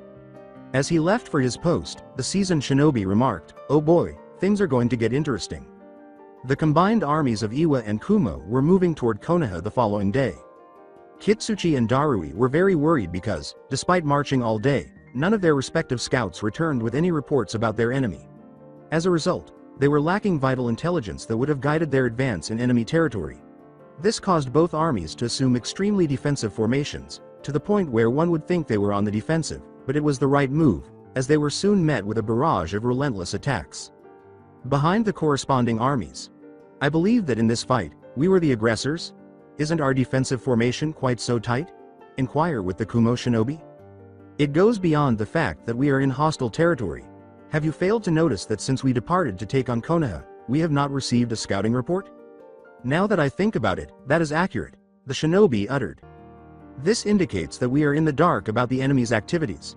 It also indicates that the enemy is in the area and keeping an eye on our activities.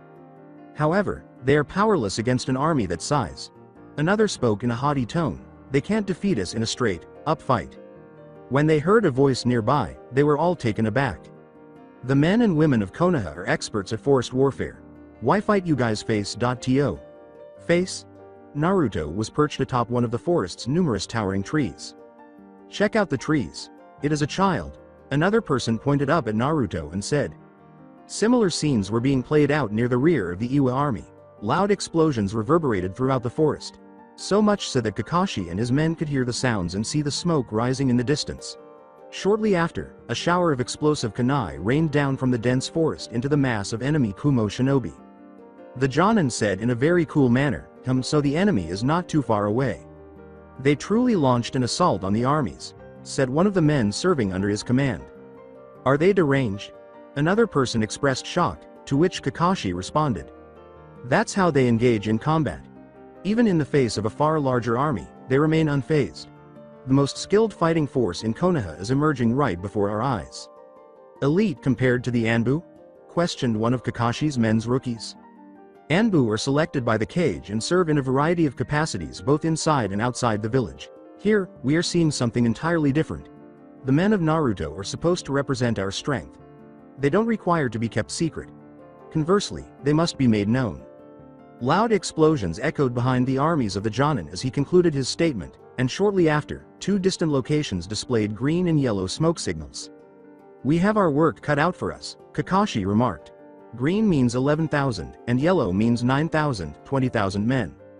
Iwa and Kumo, meanwhile, were in shock from the unexpected attack. "A gang of Konoha shinobi is attacking us from behind," the scouts addressed their individual commanders. "The rear is under heavy explosive tag assault." The commander of the Kumo forces stated, "They are attempting to divide the rear of the army from the main body." "Sir," one of the men saw that the attack was being led by a small blonde child brandishing a pair of swords. In private, one of Darui's scouts spoke to him. "Naruto Uzumaki, now that he's here, things are going to get complicated," Darui thought. "Okay. Order the men to reorganize their ranks and advance with 1,000 men in a methodical and steady manner. As soon as they are attacked again, let them leave." "Yes, sir," the scout said, racing off to deliver the commander's orders right away. From Naruto's perspective, "Commander, the enemy is reforming their ranks and are pushing forward toward our location," the scout said. Naruto answered, "I know." He could already sense the enemy's heavy movement. "Let's move in a systematic manner to the next location. Send the signal for the plan's next phase as well," he added, vanishing back into the thick forest with a casual demeanor. The scout nodded to his commander, "Yes, Commander," and shortly after, the deafening din of explosions subsided and signals of purple and red smoke appeared in the sky. "Purple and red, this means that 300 men are returning while 200 will continue to harass the enemy at every turn," Kakashi said. It appeared to the enemy that the initial assault had ended. A Kumo shinobi remarked, "It appears that they have chosen to withdraw for the time being." The casual manner in which he retreated means that they have already put things in place to halt our advance, one captain commented. "It doesn't matter. We have to follow our commander's instructions. When chasing the adversary, pay attention." Another round of explosive kunai attacked the large group of Kumo shinobi as they advanced deeper into the dense forest. The captain said, "Okay, let us retreat. Send word to Darui. Don't know that we were unable to make it too far in despite our advantage in numbers." After learning what his men had reported, Darui was able to confirm his suspicion that they had been duped. Since he was unable to flee or pursue the enemy, his only option was to move forward, and the Iwa commander reached the same conclusion. They eventually come upon the site of 3 fortresses built into the natural terrain as they proceed cautiously forward. We have once more succumbed to Konoha's lethal plot.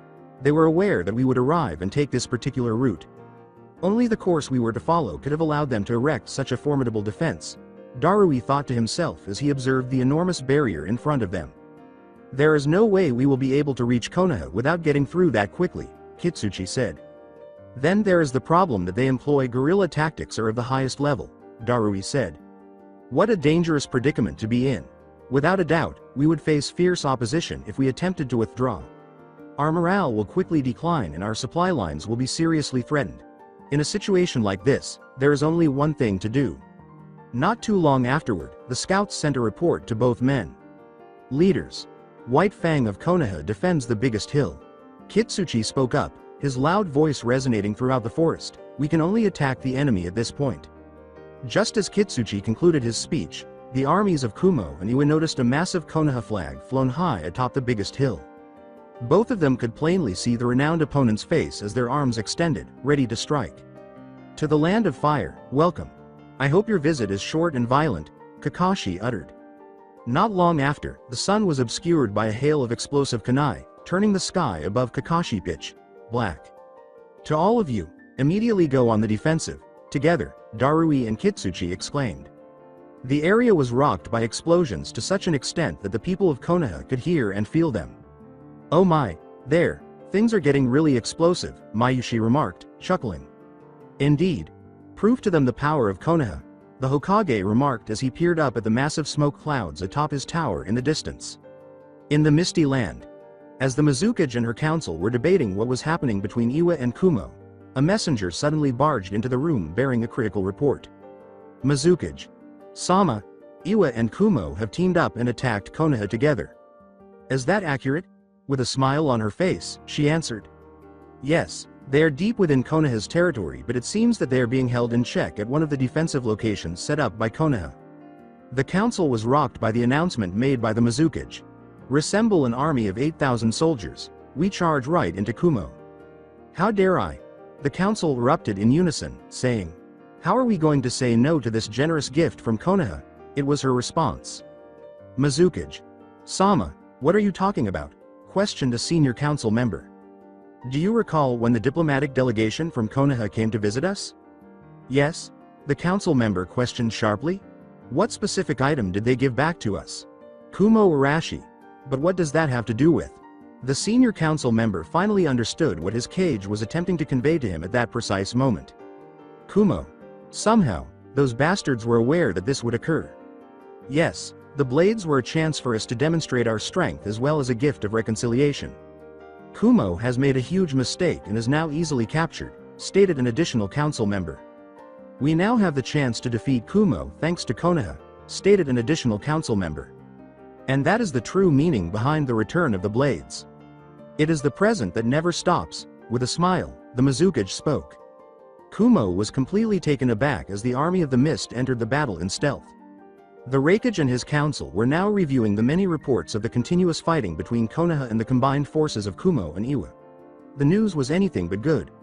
They had a huge numerical advantage, but they were still unable to overcome a small force of Konoha shinobi's resolute defense. Raikage exclaimed, clearly irritated, 20,000 men are being held in check?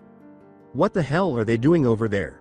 Under the leadership of White Fang of Konoha and Uzumaki Naruto, the youthful hero of the Suna Oto Konoha battle, they have a very strong defense. In line with the reports, a council member stated, Kakashi is in charge of the main defense while Uzumaki and his men have struck out with their men. The council member went on, I am certain that Konoha is using an extreme form of guerrilla warfare. That is the only thing that they could do given their severe lack of manpower, the Raikage said. The muscular leader remarked, I am sure their tactics are a sight to behold to stop even Darui in his tracks. My lord, it appears that you have some respect for the Konoha scum, a council member stated. I respect strength, and they have proven to be a strong opponent, the Cage said. Maybe she was correct about Konoha. All along, we were being guided by our noses? Senior council member Reiko calmly interrupted. Raiko's brother Ryun stated, "The longer they remain bogged down in battle, the more you will realize the futility of the situation. I am sure Darui would have already come to that conclusion and would have already begun the process of retreat," she said. Another council member said, "If that is the case, then we should start planning for our next step after our men return."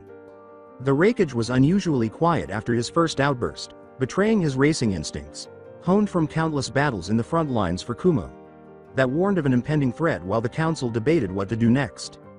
At the southern border of Kumo, the Kumo shinobi had a strong defensive presence at the southwestern borders due to the threat of attack by their long-time foes Konoha.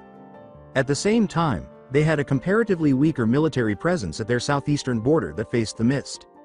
This lack of strong border presence was due to several factors. 1.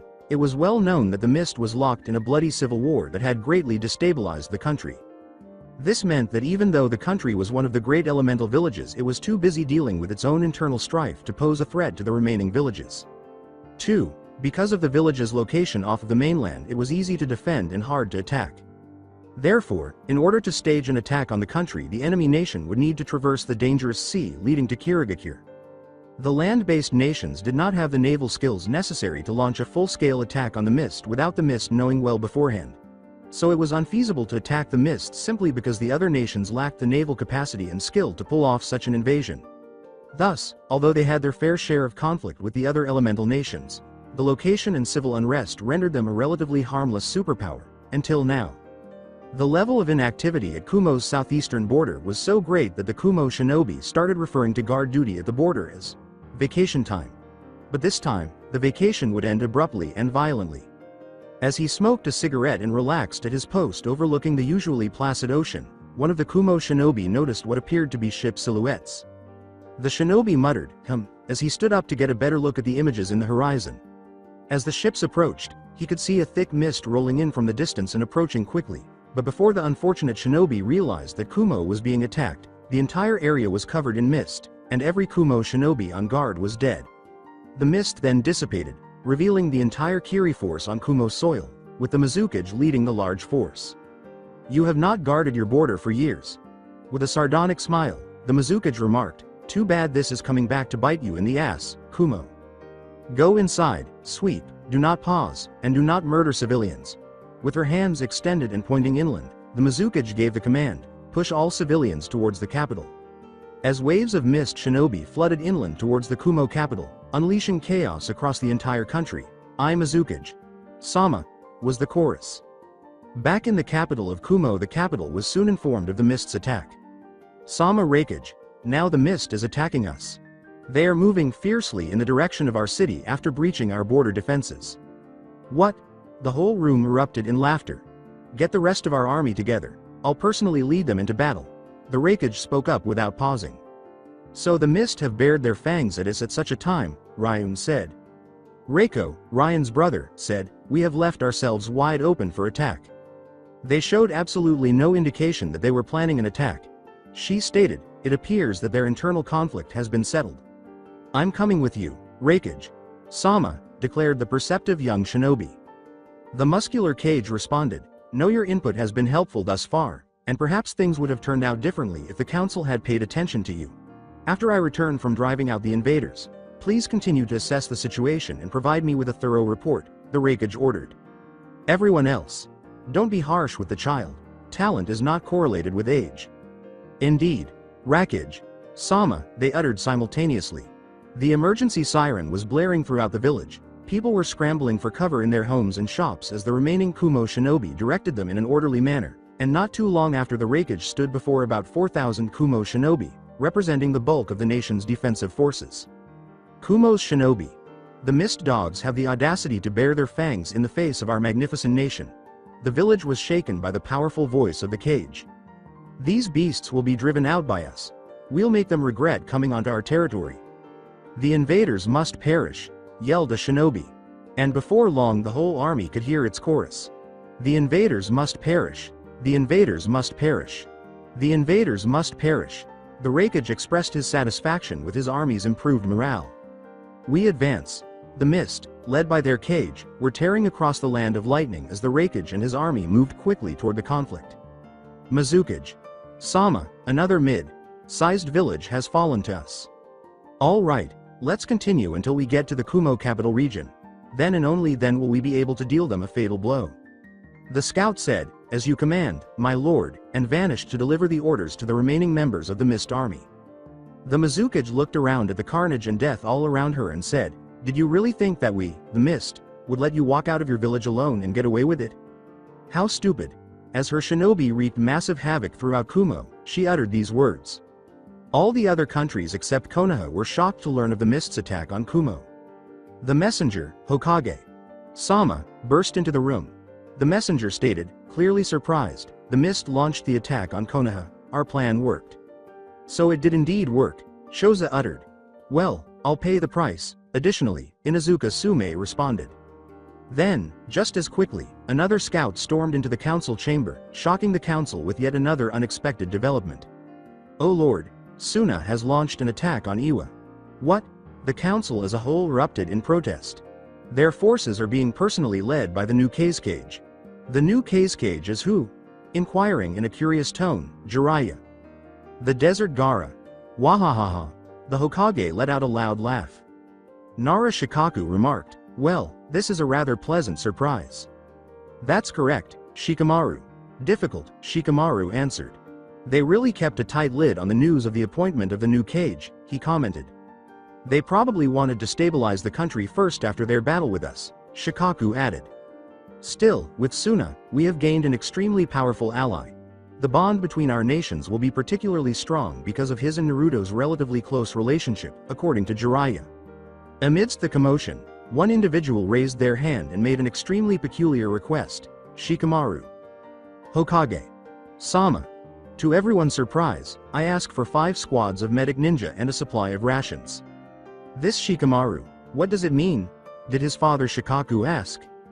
"Iwa is about to be invaded by Naruto." With a tone of factness, the young Nara spoke. "What?"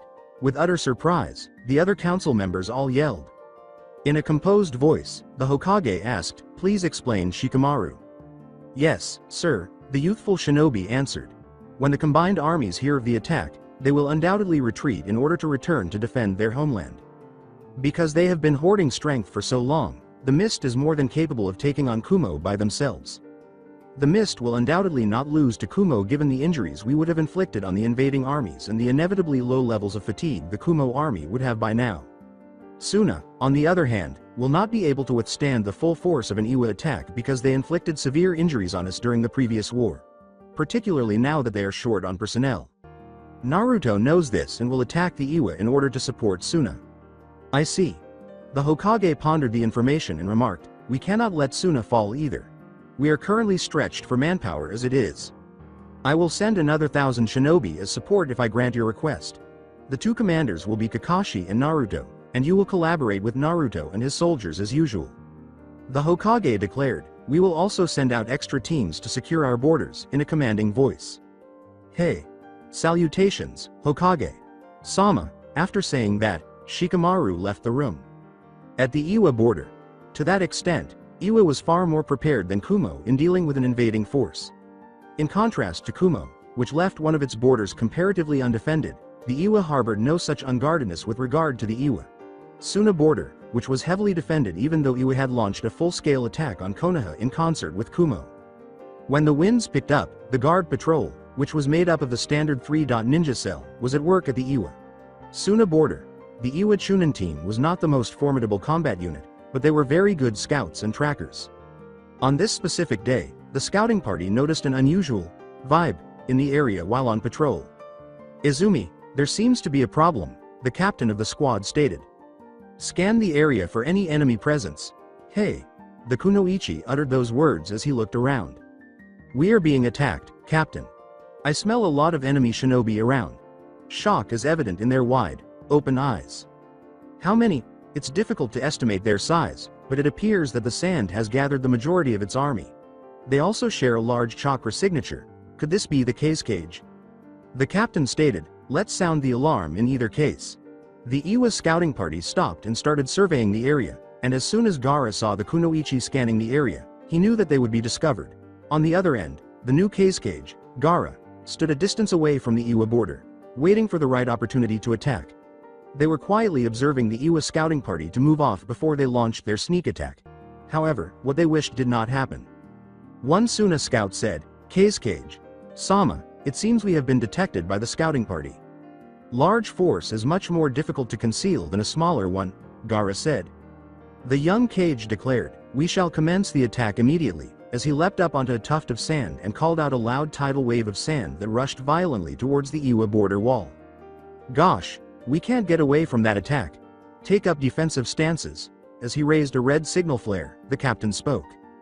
The wave of sand bearing down on them would be the last thing they would see. Interestingly, the Iwa defenders on the border were met with an equally overwhelming force of sand, so much so that they did not need the signal flare.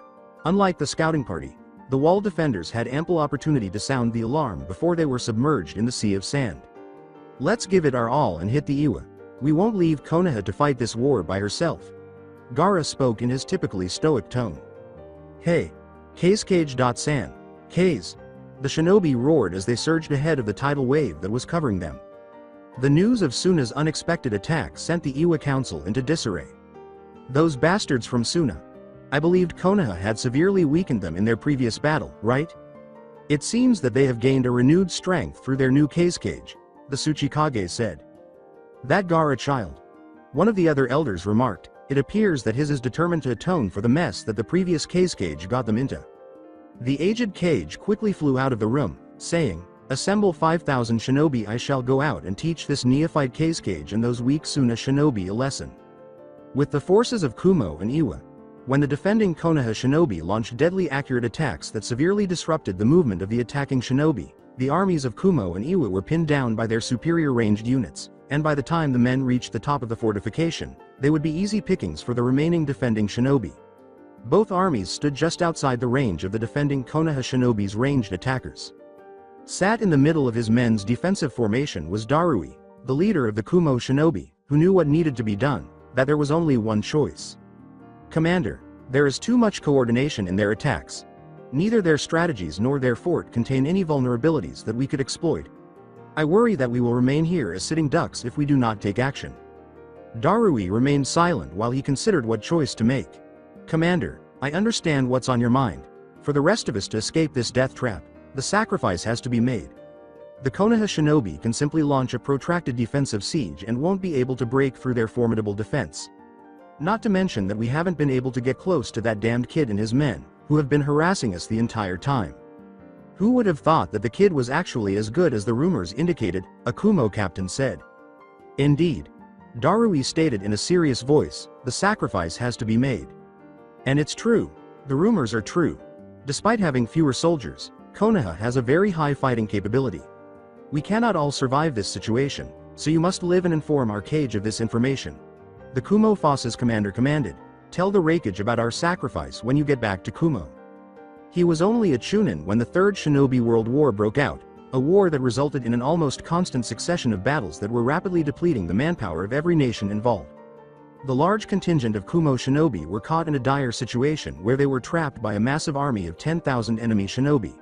His mind went back to that moment during the Third Shinobi World War, when the Kumo army was on the verge of being destroyed. The veteran Jonin shinobi wore very serious faces and showed no signs of fear or apprehension, but the same could not be said of the junior and less experienced shinobi. Because of the protracted nature of the war, many of the great villages were forced to use younger and younger shinobi on the front lines, and as a result the armies that battled became mostly composed of child soldiers commanded by fewer and fewer veteran shinobi. The Kumo shinobi were stationed in a very tight defensive formation, and the atmosphere was very tense because every Kumo shinobi present knew they would not survive the encounter with the mass of enemy shinobi before them. The only option left to us, Raikage Sama, is to fight to the death, one of the Jonin captains said. The enemy has us trapped. Nah, that won't take place. This is no place for my sons and daughters to die. I will stay behind and cover my children's retreat. Sama Raikage, please refrain from acting in that manner.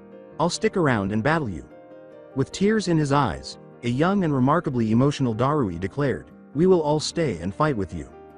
You think you can defy your Raikage's command, Dari? The boy was like his own son, and the Raikage addressed him as such. Indeed, Darui said with defiance. Petulant child, exclaimed the Raikage, howling with laughter. You are Kumo's future, as are all of my children. For the sake of my kids, I would gladly give up my life. Any decent parent would take action like this. The Raikage put his massive hands on the young child's shoulders and said, "Remember this, Darui. The Kumo people are not just your family, they are now your offspring. Attend to them. Defend them." Hirikage. Sama, high, tears were streaming down Darui's face as he spoke.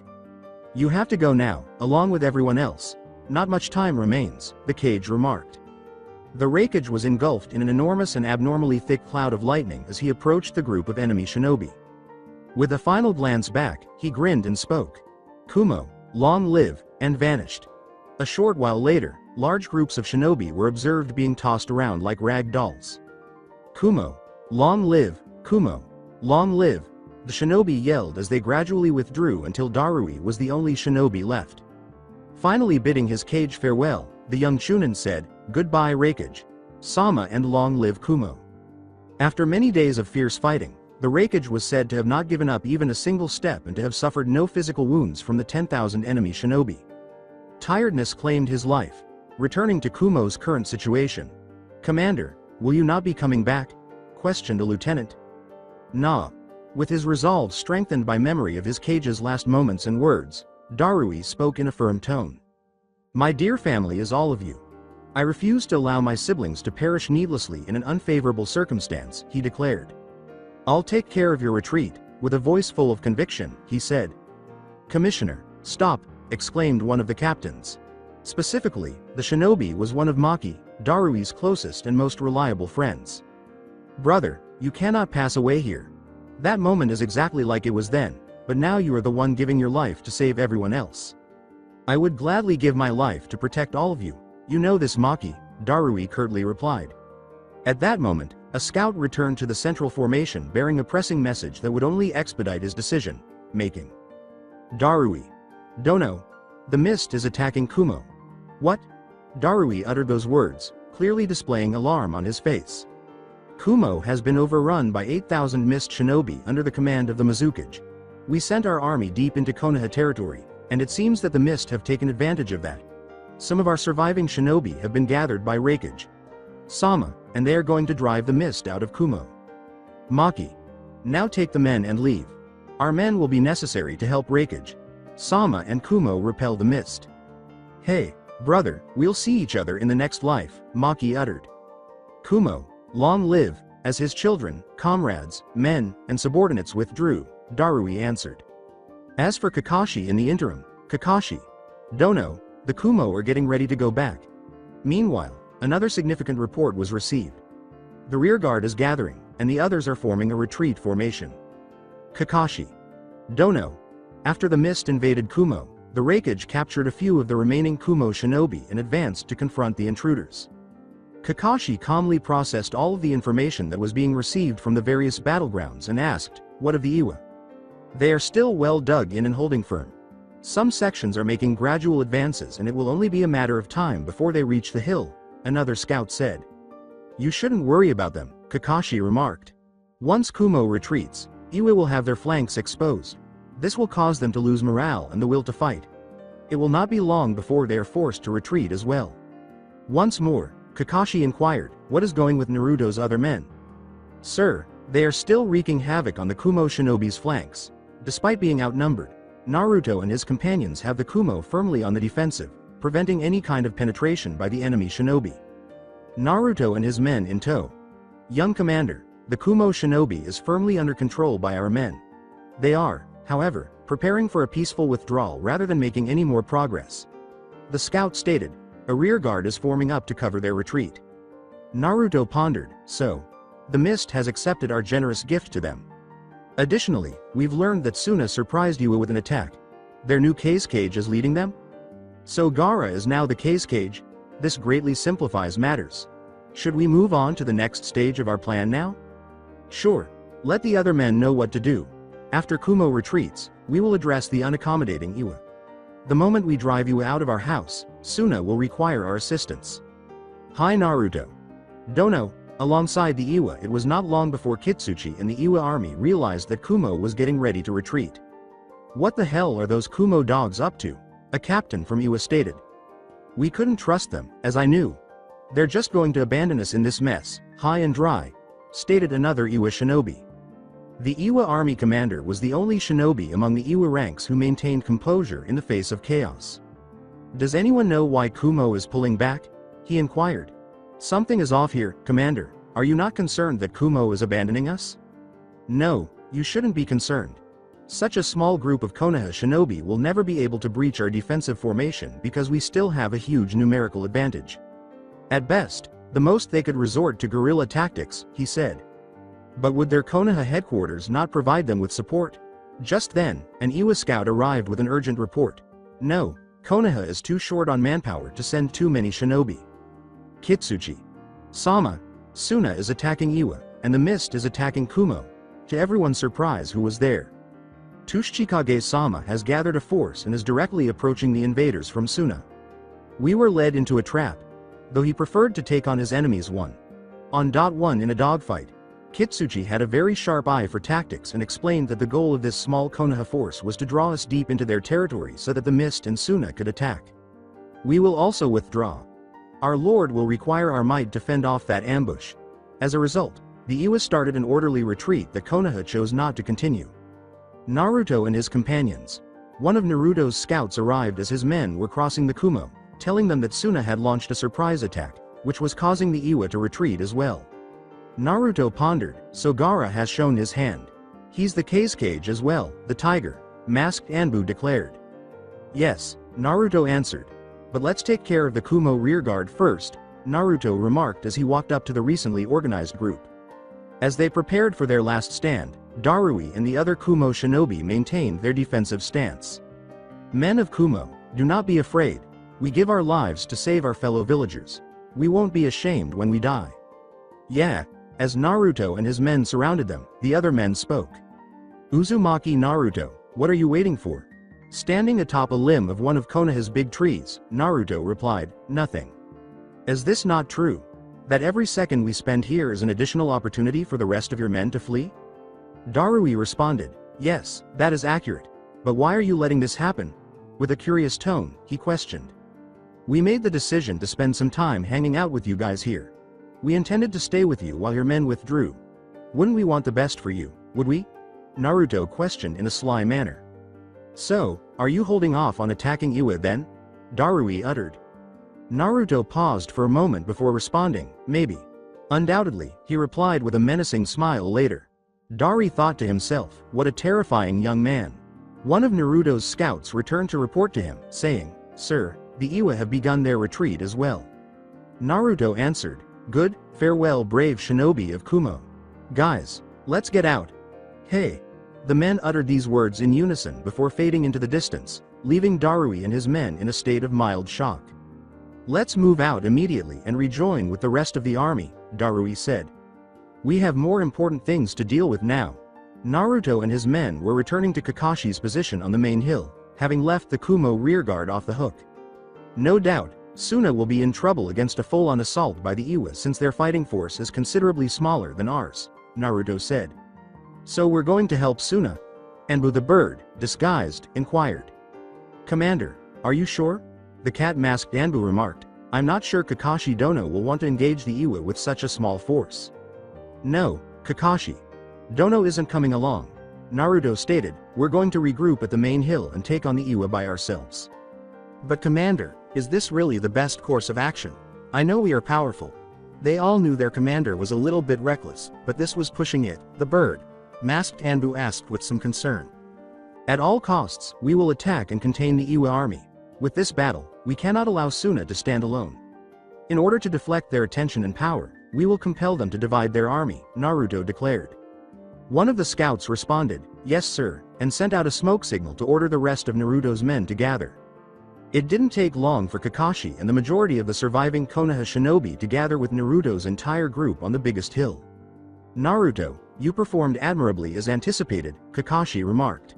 We repelled Kumo and Iwa with little damage to ourselves. However, considering what transpired during our recent battle, I am a little shocked that Suna came to our aid.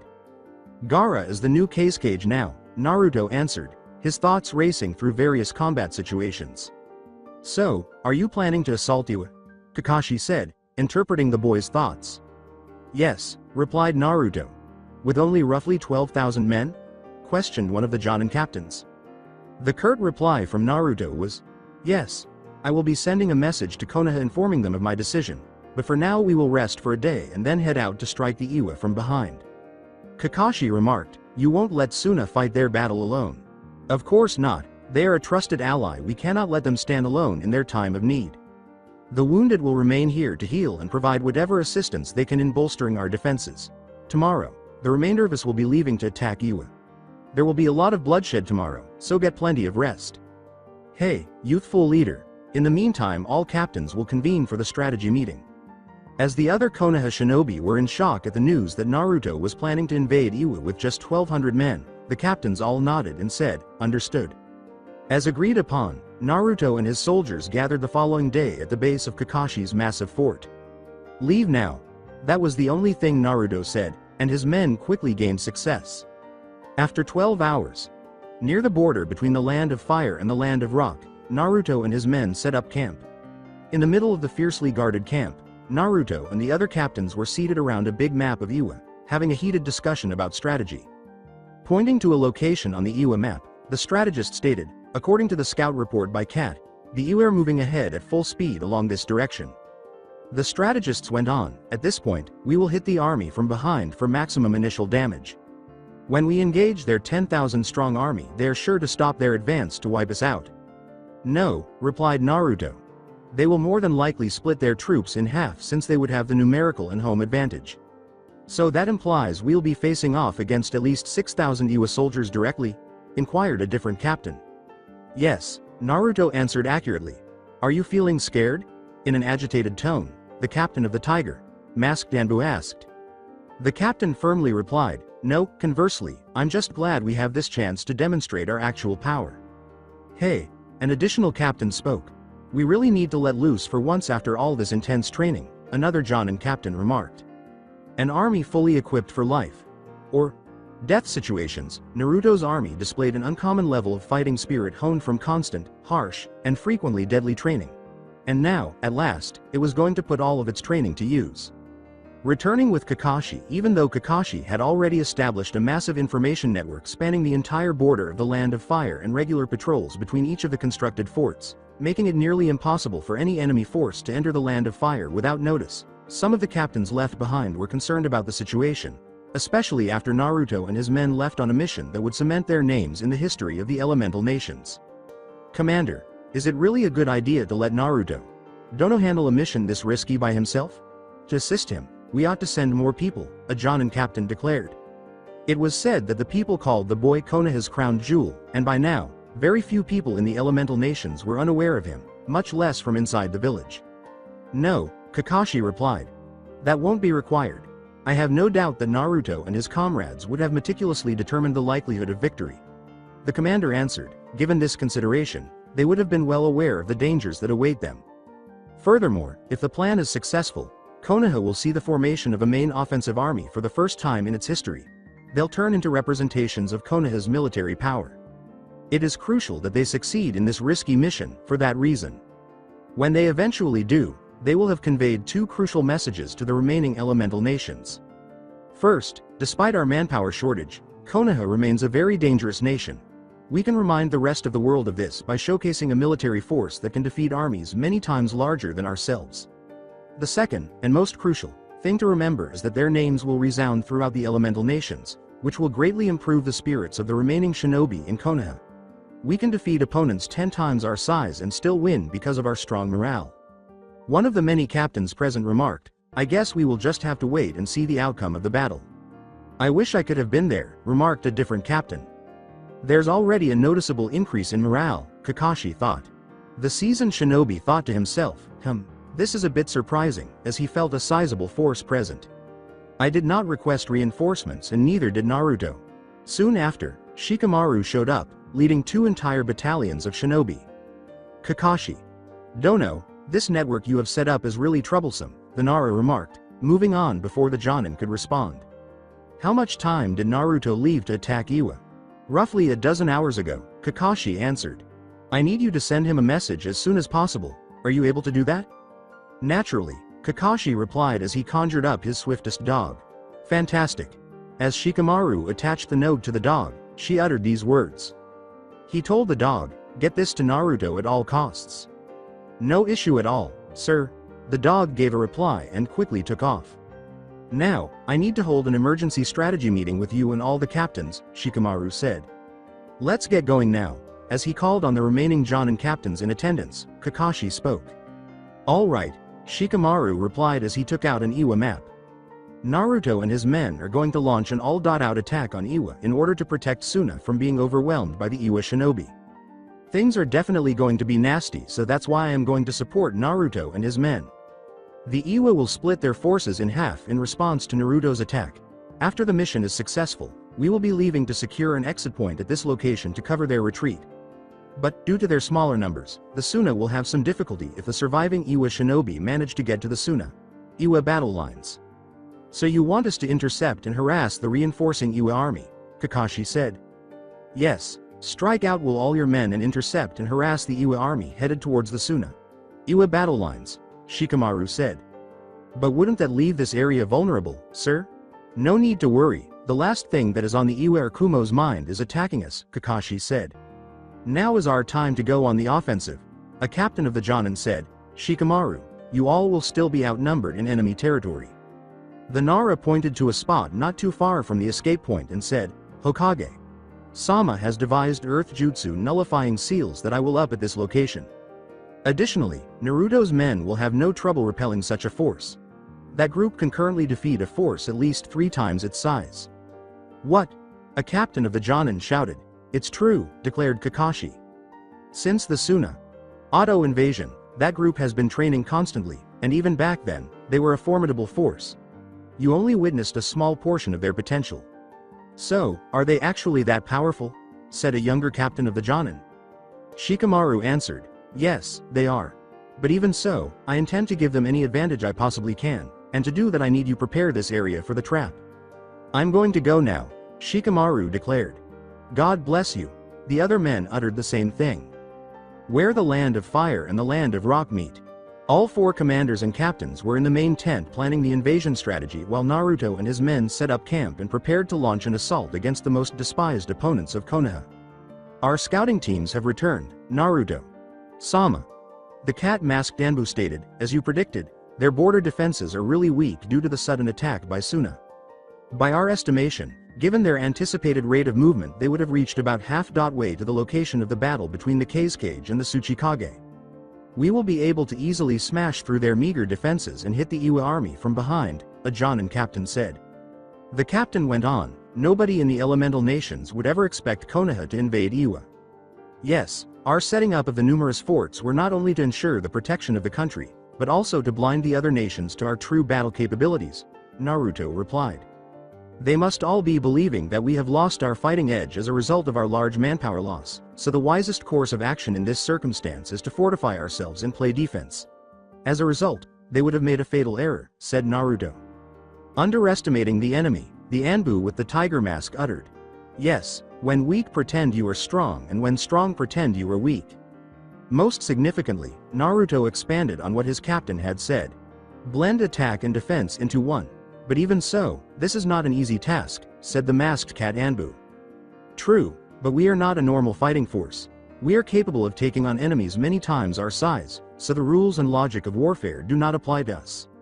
While everyone's eyes are fixated on the various battles going on, we will use this opportunity to deal a decisive blow against the Iwa, Naruto replied. Are every battalion prepared?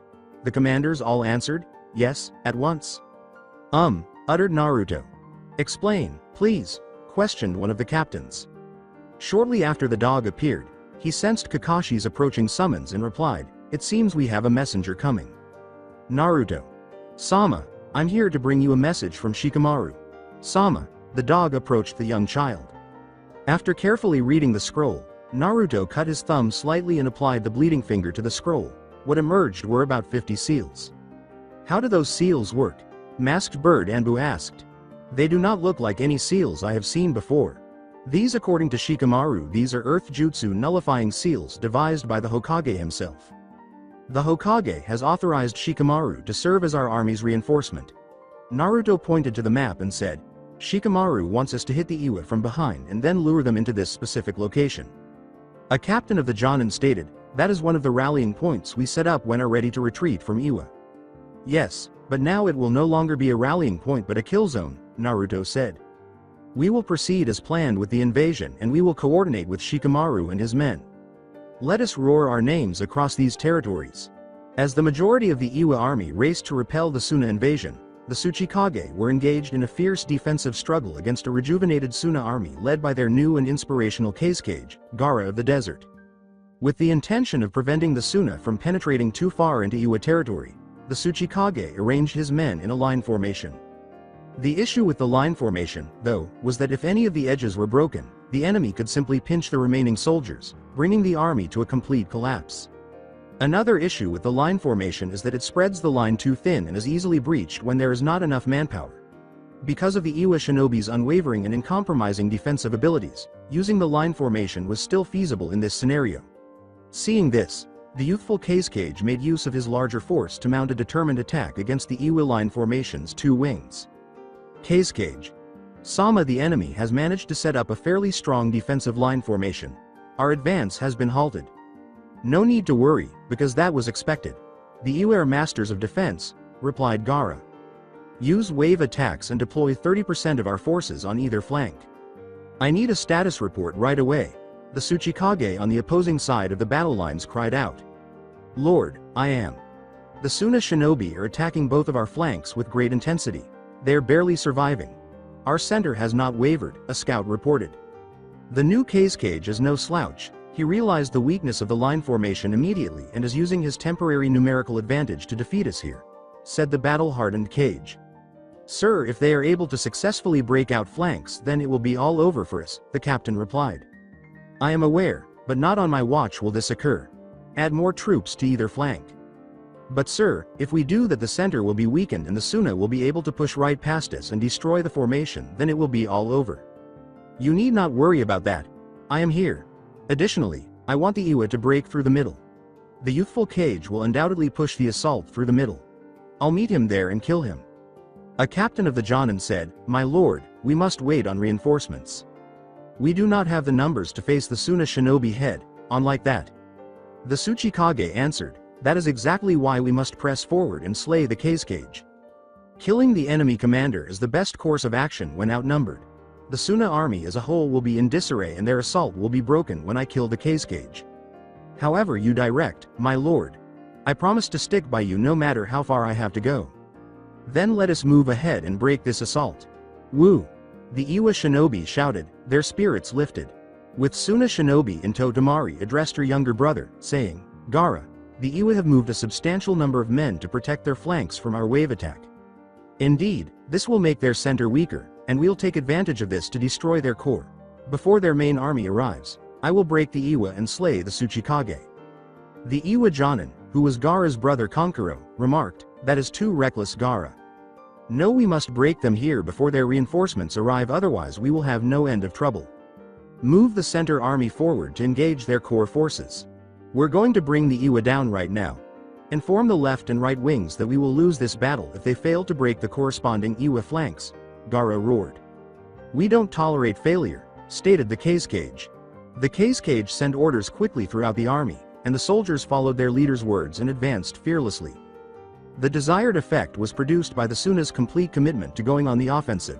The Iwa flanks, which had been holding steadily, were starting to give way under the attack. At this rate, we can't hold out much longer. Dealing with so many Suna shinobi is overwhelming, one of the left flanking captains. We don't have to hold. Keep the line in. To the death, fight. The roar of the captain gave the defending Iwa shinobi more confidence. The Iwa army's line, which amazingly regained its shape and held its ground, was filled with cries of, fight to the death, and, hold the line. The Suna shinobi were gradually eroding the formidable defenses their enemy had put up, but it felt to them like they were repeatedly running into a brick wall. A Suna captain remarked, these damn bastards are really tough. Yes, there aren't many of them, but they're definitely not giving up, another person said. Yes, a beast will always fight back with extraordinary strength before it perishes when it is cornered and facing certain death. One of the older Suna shinobi stated, as we continue to fight and the true reality of the situation before them is realized, their strength will soon wane. However, the Iwa shinobi were not your typical animals. And similar reports were being sent to the cage in the middle. Sir, we are beginning to make inroads against the Iwa shinobi's defensive line. Their initial resistance is waning. It appears that both of our flanks are giving way under our attack, cage. Sama. But their center is remaining stable. It is no surprise at all since the center is where the Tsuchikage is personally leading his men, Gaara said. Let's intensify our attack on the center. I will personally kill the leader of the Iwa. We can't let them hold out until they get more support. The Tsuchikage was receiving reports of the two collapsing flanks from the Iwa's side. Our men on the flanks are barely hanging on, my lord. We will be pierced on both sides if they fall. Instruct all the men gathered in the center to assault the Suna with full force. I'll kill the cage myself. But, sir, shouldn't we back off? One scout questioned. Now, retreating is not an option. Do or die is the situation, Cage said. In such a situation the best option is to slay the enemy commander. Is it incorrect, Cage? Dono? The young leader of the Sand Shinobi materialized before the Tsuchikage, floating atop a tuft of sand, and he spoke. That is correct, Tsuchikage. Dono, Kiri and Kumo. The entire force was moving quickly among the trees as the Raikage and the other Kumo shinobi made their way to the Kiri shinobi invasion force. Below them, they could see waves of refugees making their way towards the village. Send a team to the villagers to get some information, and they should get back to me right away, exclaimed the Raikage. Yes, sir. A group of 3 shinobi attacked the escaping civilians. Please report back to us on the situation right away, ordered by one of the 3 shinobi. Sir, the village was under sudden attack by the mist shinobi. They killed any of the guards and chased out all the civilians towards the village unharmed. Is that all? Another shinobi inquired. A terrified civilian said, yes, sir. The civilian's statement came to an end, and the shinobi vanished. Soon after, the shinobi rejoined his cage at his side. Sir, the mist shinobi killed the defense forces but left the civilians alive and pushed them towards the capital. They intend to use them as weapons made of human flesh, said the Raikage. This is no run. Of the mill cage and someone worth killing. Enemy sight in front. A scout stated. Well done. As he vanished from the Kumo Foss's limited view, the Raikage uttered those words. Not too far ahead, the shocked Kumo shinobi were overrun by the jubilant mist shinobi. Lol. Our attack was flawless, shocking the Kumo shinobi into inaction, said the unidentified ninja. Another said, we will be at the throat of the capital in no time. But all of his arrogant babbling was silenced when the mist ninja felt his windpipe suddenly crushed, lifted into the air like a feather, and it was the mist shinobi's turn to be numbed into inaction. Nope. Not even one of you cretins will be able to get within 100 meters of my city. After saying this, the enraged cage threw the body of the shinobi. The Raikage is here. Employ the encircling configuration. It was all in vain against the overwhelming power of the Raikage, the captain remarked. The Mizukage could sense the Raikage's strong chakra presence from a distance. Everyone in the room could feel the furious cage's rage and chakra. Mizukage. Sama, I am sure that you are sensing the Raikage's chakra, Ao said. Indeed. Divide our forces in half. You hold half the power, and Chojuro has the other half. Me seizing control of the remaining half? Chojuro uttered the words in awe and shock. Indeed. The Mizukage said, you are a strong ninja, have faith in yourself, and do Kiri proud. Hi Mizukage. Sama, Chojuro uttered, blushing slightly. Alright now. Here I am, Mizukage, letting the Raikage know who I am. After completing his brief warm-up, the Raikage witnessed a massive water dragon streaking toward him, obliterating everything in its path. The Raikage thought calmly as the water dragon approached his face, it is a larger and more powerful water dragon than usual. He then vanished and reappeared next to the water dragon as it roared past him in the distance. With the help of several Jonin captains, the remainder of the Kumo army was racing to reach their cage's side. Something doesn't feel right, said a captain of Jonin. Another person remarked, I can hear trees being destroyed in the distance. It is probably Raikage. Sama destroying the enemy. No, the noise is getting closer to us quickly. Be alert, everyone, the captain of the Jonin said. As soon as he finished speaking, they witnessed the trees being torn apart by a massive water dragon that was advancing on the center of the army. Now, everyone take evasive action. Enemy assault, and the Kumo shinobi reacted right away, successfully averting the lethal blow.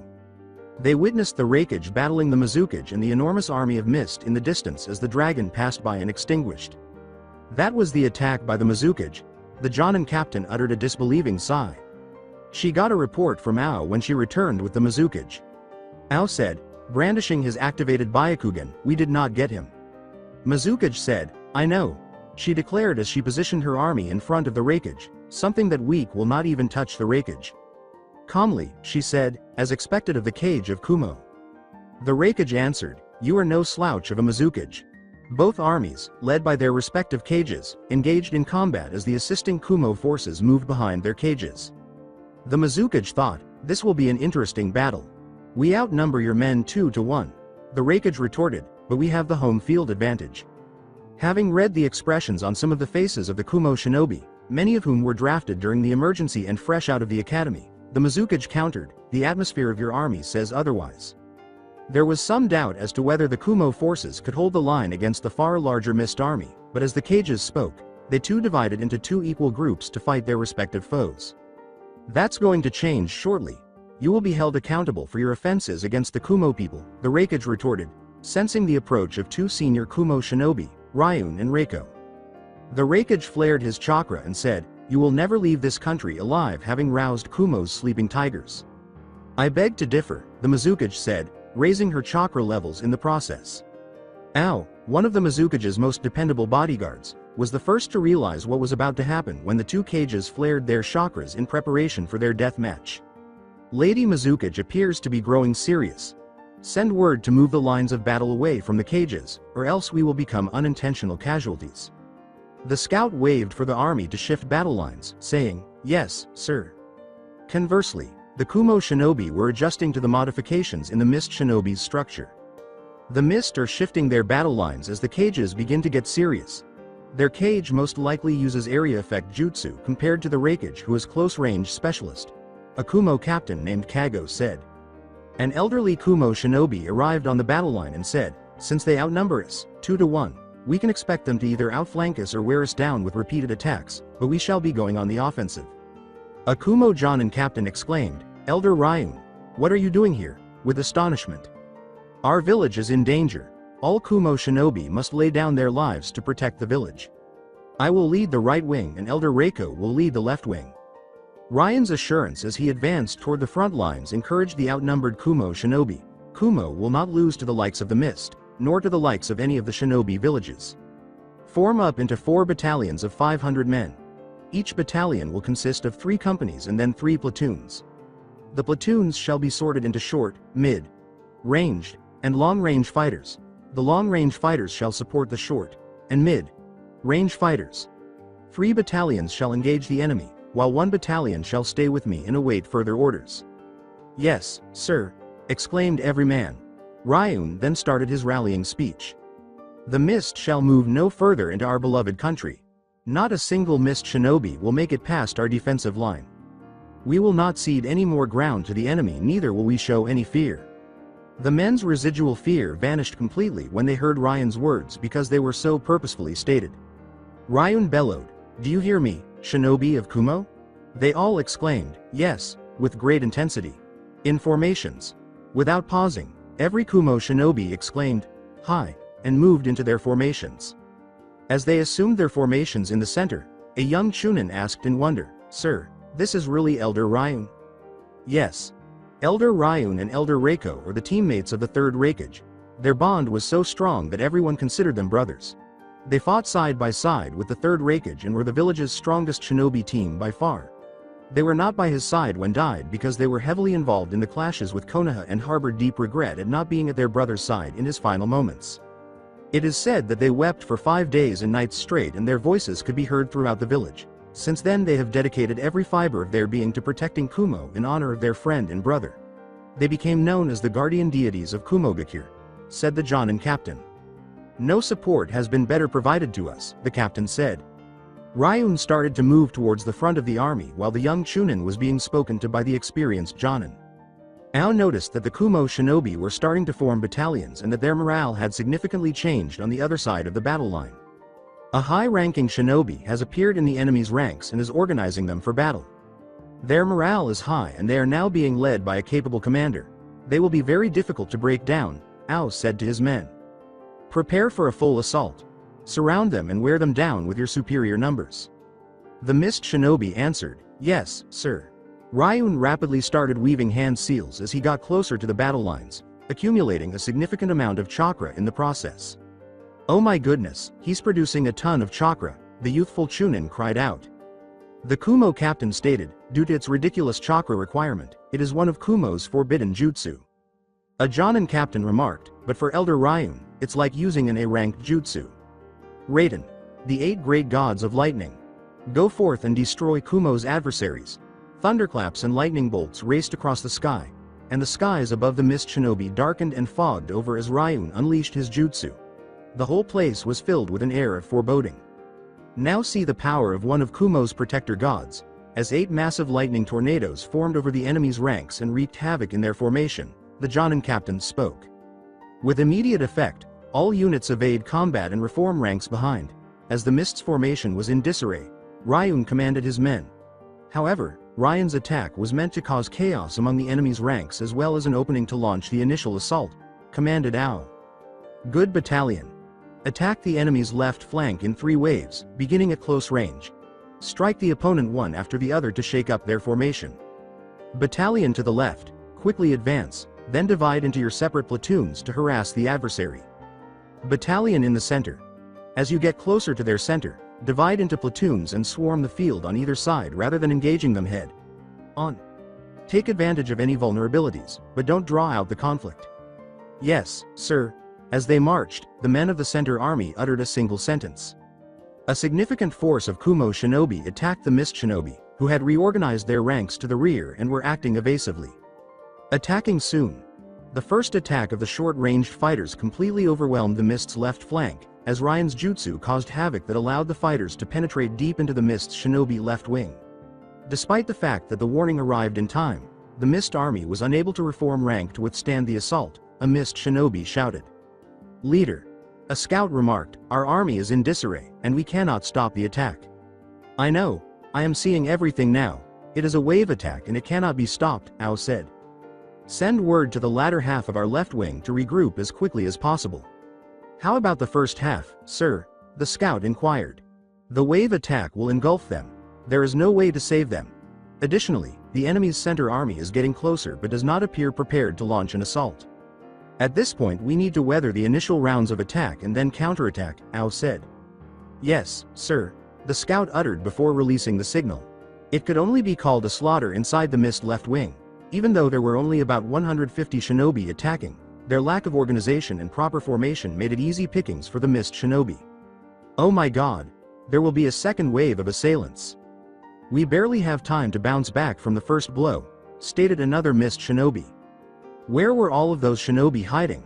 I believe that Konoha was being attacked by the majority of their army, inquired a different captain. As soon as the shinobi concluded his statement, the much smaller Kumo force appeared to be much larger due to the psychological effect of the second wave of attacks by the mid-range fighters who were covering the short-range attackers. Ao made the only move that could have been made as the end of the Kumo's wave attack approached. The 2 waves combined to already devastating effect, but the real slaughter was about to commence with the onset of the long-range attacks. The unfortunate Mist shinobi were separated, disorganized, and slaughtered.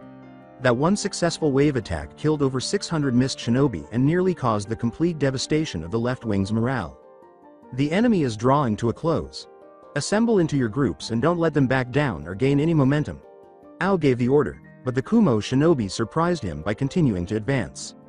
Sir, the Kumo shinobi are continuing to push forward despite their inferior numbers. What's happening here? What are the army commanders of the Kumo doing? Ao thought to himself. Encircle and pulverize them, he gave the order. Ryan's scout returned with this report to his commander. Sir, our first attack proved to be very effective. But by giving up some of the army, the Mist commander was able to reduce the damage, the scout reported. They are preparing for a counter-attack on our men. The commander is a capable individual, but he is dependable. The counter-offensive is ineffective. Captain. An all-out brawl has replaced the wave attack, as one of the Kumo scouts informed his commanding officer.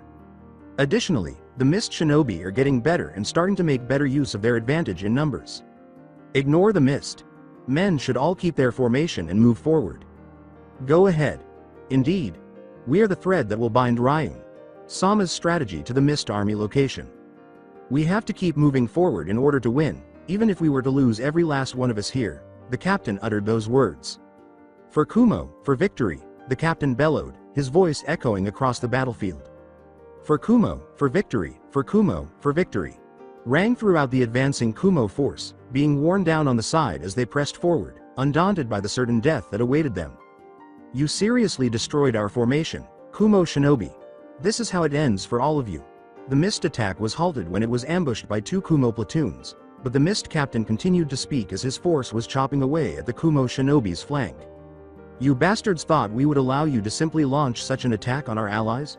The captain of the other platoon was using long-range interference to stop the mist from supporting their allies, according to the captain of one of the Kumo floating platoons. How in the world were you able to encircle us? The mist captain was at a loss for words as they battled to repel the assault. The Kumo captain of the ambushing platoon responded, "It is of no concern for a dead man to know how he died." They were soon separated from their main group, surrounded and slaughtered, and as soon as they turned to face the ambushers, a detachment of shinobi from the advancing force turned on them as well. Ao's observant eyes recognized the pattern, and so it was repeated as the first Kumo force moved fiercely into the left flank of the mist. The first attacking force serves as a kind of decoy, focusing all of our attention on it while the remainder of the army gradually isolates and destroys the main army. Thus, their commander's goal is that, over time, the gradual but constant loss of men will mount up. They also possess an unutilized reserve battalion. At that moment, Ao made a choice that would fundamentally alter how the fight would go. As the Kumo force advances, counterattack by assuming a line formation and moving toward the adversary.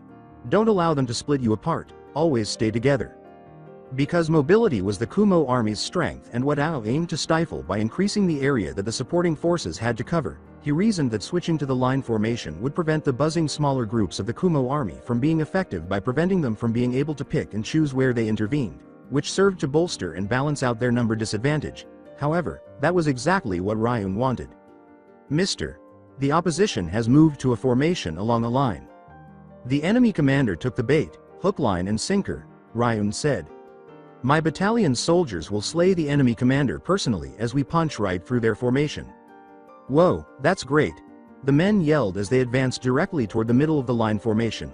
Ao didn't realize the enemy commander's true objective until he observed the reserve force shifting into position in reaction to the formation change. The chief of the army was the primary target of the Kumo attackers, not the Mist army. He is aiming for me. This whole thing was just to put me in this exact position, Ao thought to himself, shocked. The whole battlefield heard the loud roar coming from his brother's side of the battlefield while Elder Reiko, on the left, Kumo's side, was reading the situation calmly. That hot-headed bastard is going to charge right into the enemy as usual. Of the two brothers, Ryun was by far the more aggressive fighter. Reiko, on the other hand, preferred to stall and use genjutsu and traps to slowly wear down the enemy and reduce the number of fighters he lost. We will need to support him with troops if he is to emerge victorious in this battle. But sir, we are outnumbered by the enemy. We don't have the manpower to hold them here and support our comrades on the other side. Having more troops is not the only factor in warfare. Reiko answered, beating the enemy with cunning is just as effective as defeating them with force of arms. I can tell that the enemy is cautious as they are carefully examining the battle on Ryan's side to determine the most appropriate move to make. Anyone would pause at his outcry and that huge ass jutsu. His carefree demeanor in such dire circumstances gave the soldiers under his command even more confidence, Reiko remarked with a hearty laugh. Victory here depends on Ryan's ability to break the enemy's formation. So we shall stall the enemy here and support Elder Ryun in his battle. Yes, we shall set up multi-layered genjutsu minefield. Have our men gradually move out in groups of 50 and assemble behind Ryan's battlefield as we set up the minefield. Reiko's men said, yes sir, and carried on with their work. Shojiro, on the other hand, calmly evaluated the circumstances as well and reached the same conclusion as Reiko. That the other battlefield determines the outcome of the battle as a whole. Sir, things are getting very heated in Commander Ao's side. The enemy is actually dominating us in the battle. What? Ao is being beaten? Yes sir, the Kumo army is being led by Ryun, former teammate of the 3rd Raikage. So that means the leader of the Kumo army on this side will be Reiko, Chojuro replied. I will take 3,000 men and we will be going to reinforce Commander Ao. Do it gradually, I don't want the enemy to be aware of what we are doing. But sir, what about the Reiko? He will be on that side as well. How do you know? Ryan's attack on Commander Ao has forced the entire battlefield to focus on the outcome of that battle. The outcome of that battle will determine the cage's next step, Chojuro replied. A captain of the Jonin stated, any side that wins will force the others to change according to the situation. Yes, as Chojuro predicted, Reiko was making his way towards his brother's battlefield. The bloody struggle on the right wing went on while the two opposing armies advanced toward the critical battlefield. Their more numerous Kiri shinobi were being held in check by the numerically inferior Kumo shinobi. Ryun. Sama. Ryun. Sama. Urgent report. What is it? Did Reikage Sama finish the Mizukage already? No sir, they have not even moved from their positions. Ryan's next question was, then is that fool Reiko coming over here to support me? To his surprise, the scout said, yes, sir. Bah, continue pressing the attack. I never asked the idiot to butt into our battle. He always does this shit, as the scout thought, what, but we're getting support. Soon afterward, Ryan's battalion was observed by a group of Kumo shinobi, with Reiko leading the way. To everyone's surprise, though, a large group of Kiri shinobi was also gathering behind the mist shinobi's lines. Ho, Reiko remarked, the little brat read my move. This makes things more complicated but doable. My brother is using his tried and true strategy of divide and conquer. Form up into 3 battalions of long, mid, and short range fighters. He'll be pissed that we are here supporting him, so just follow my brother's lead, Reiko said with a chuckle. In the interim, Chojuro. When the mist troops started to close in on the intense battle, Chojuro told himself, I will not be fooled that easily. All troops, we shall support Commander Ao's men in the crucial battle. The battle between the cages was about to break out as the 2 new armies advanced onto the brutal battlefield. Your wretched shinobi shall step no further into Kumo's land. That much is guaranteed now. All that is left is for me to take your head. When that happens, your army will crumble and be devoured. What makes you think you can take my head? The Mizukage questioned in a demanding manner. A moment later, a big fist covered in lightning was inches from her nose. That's it for today. I hope you guys enjoyed this great story. See you in the next one.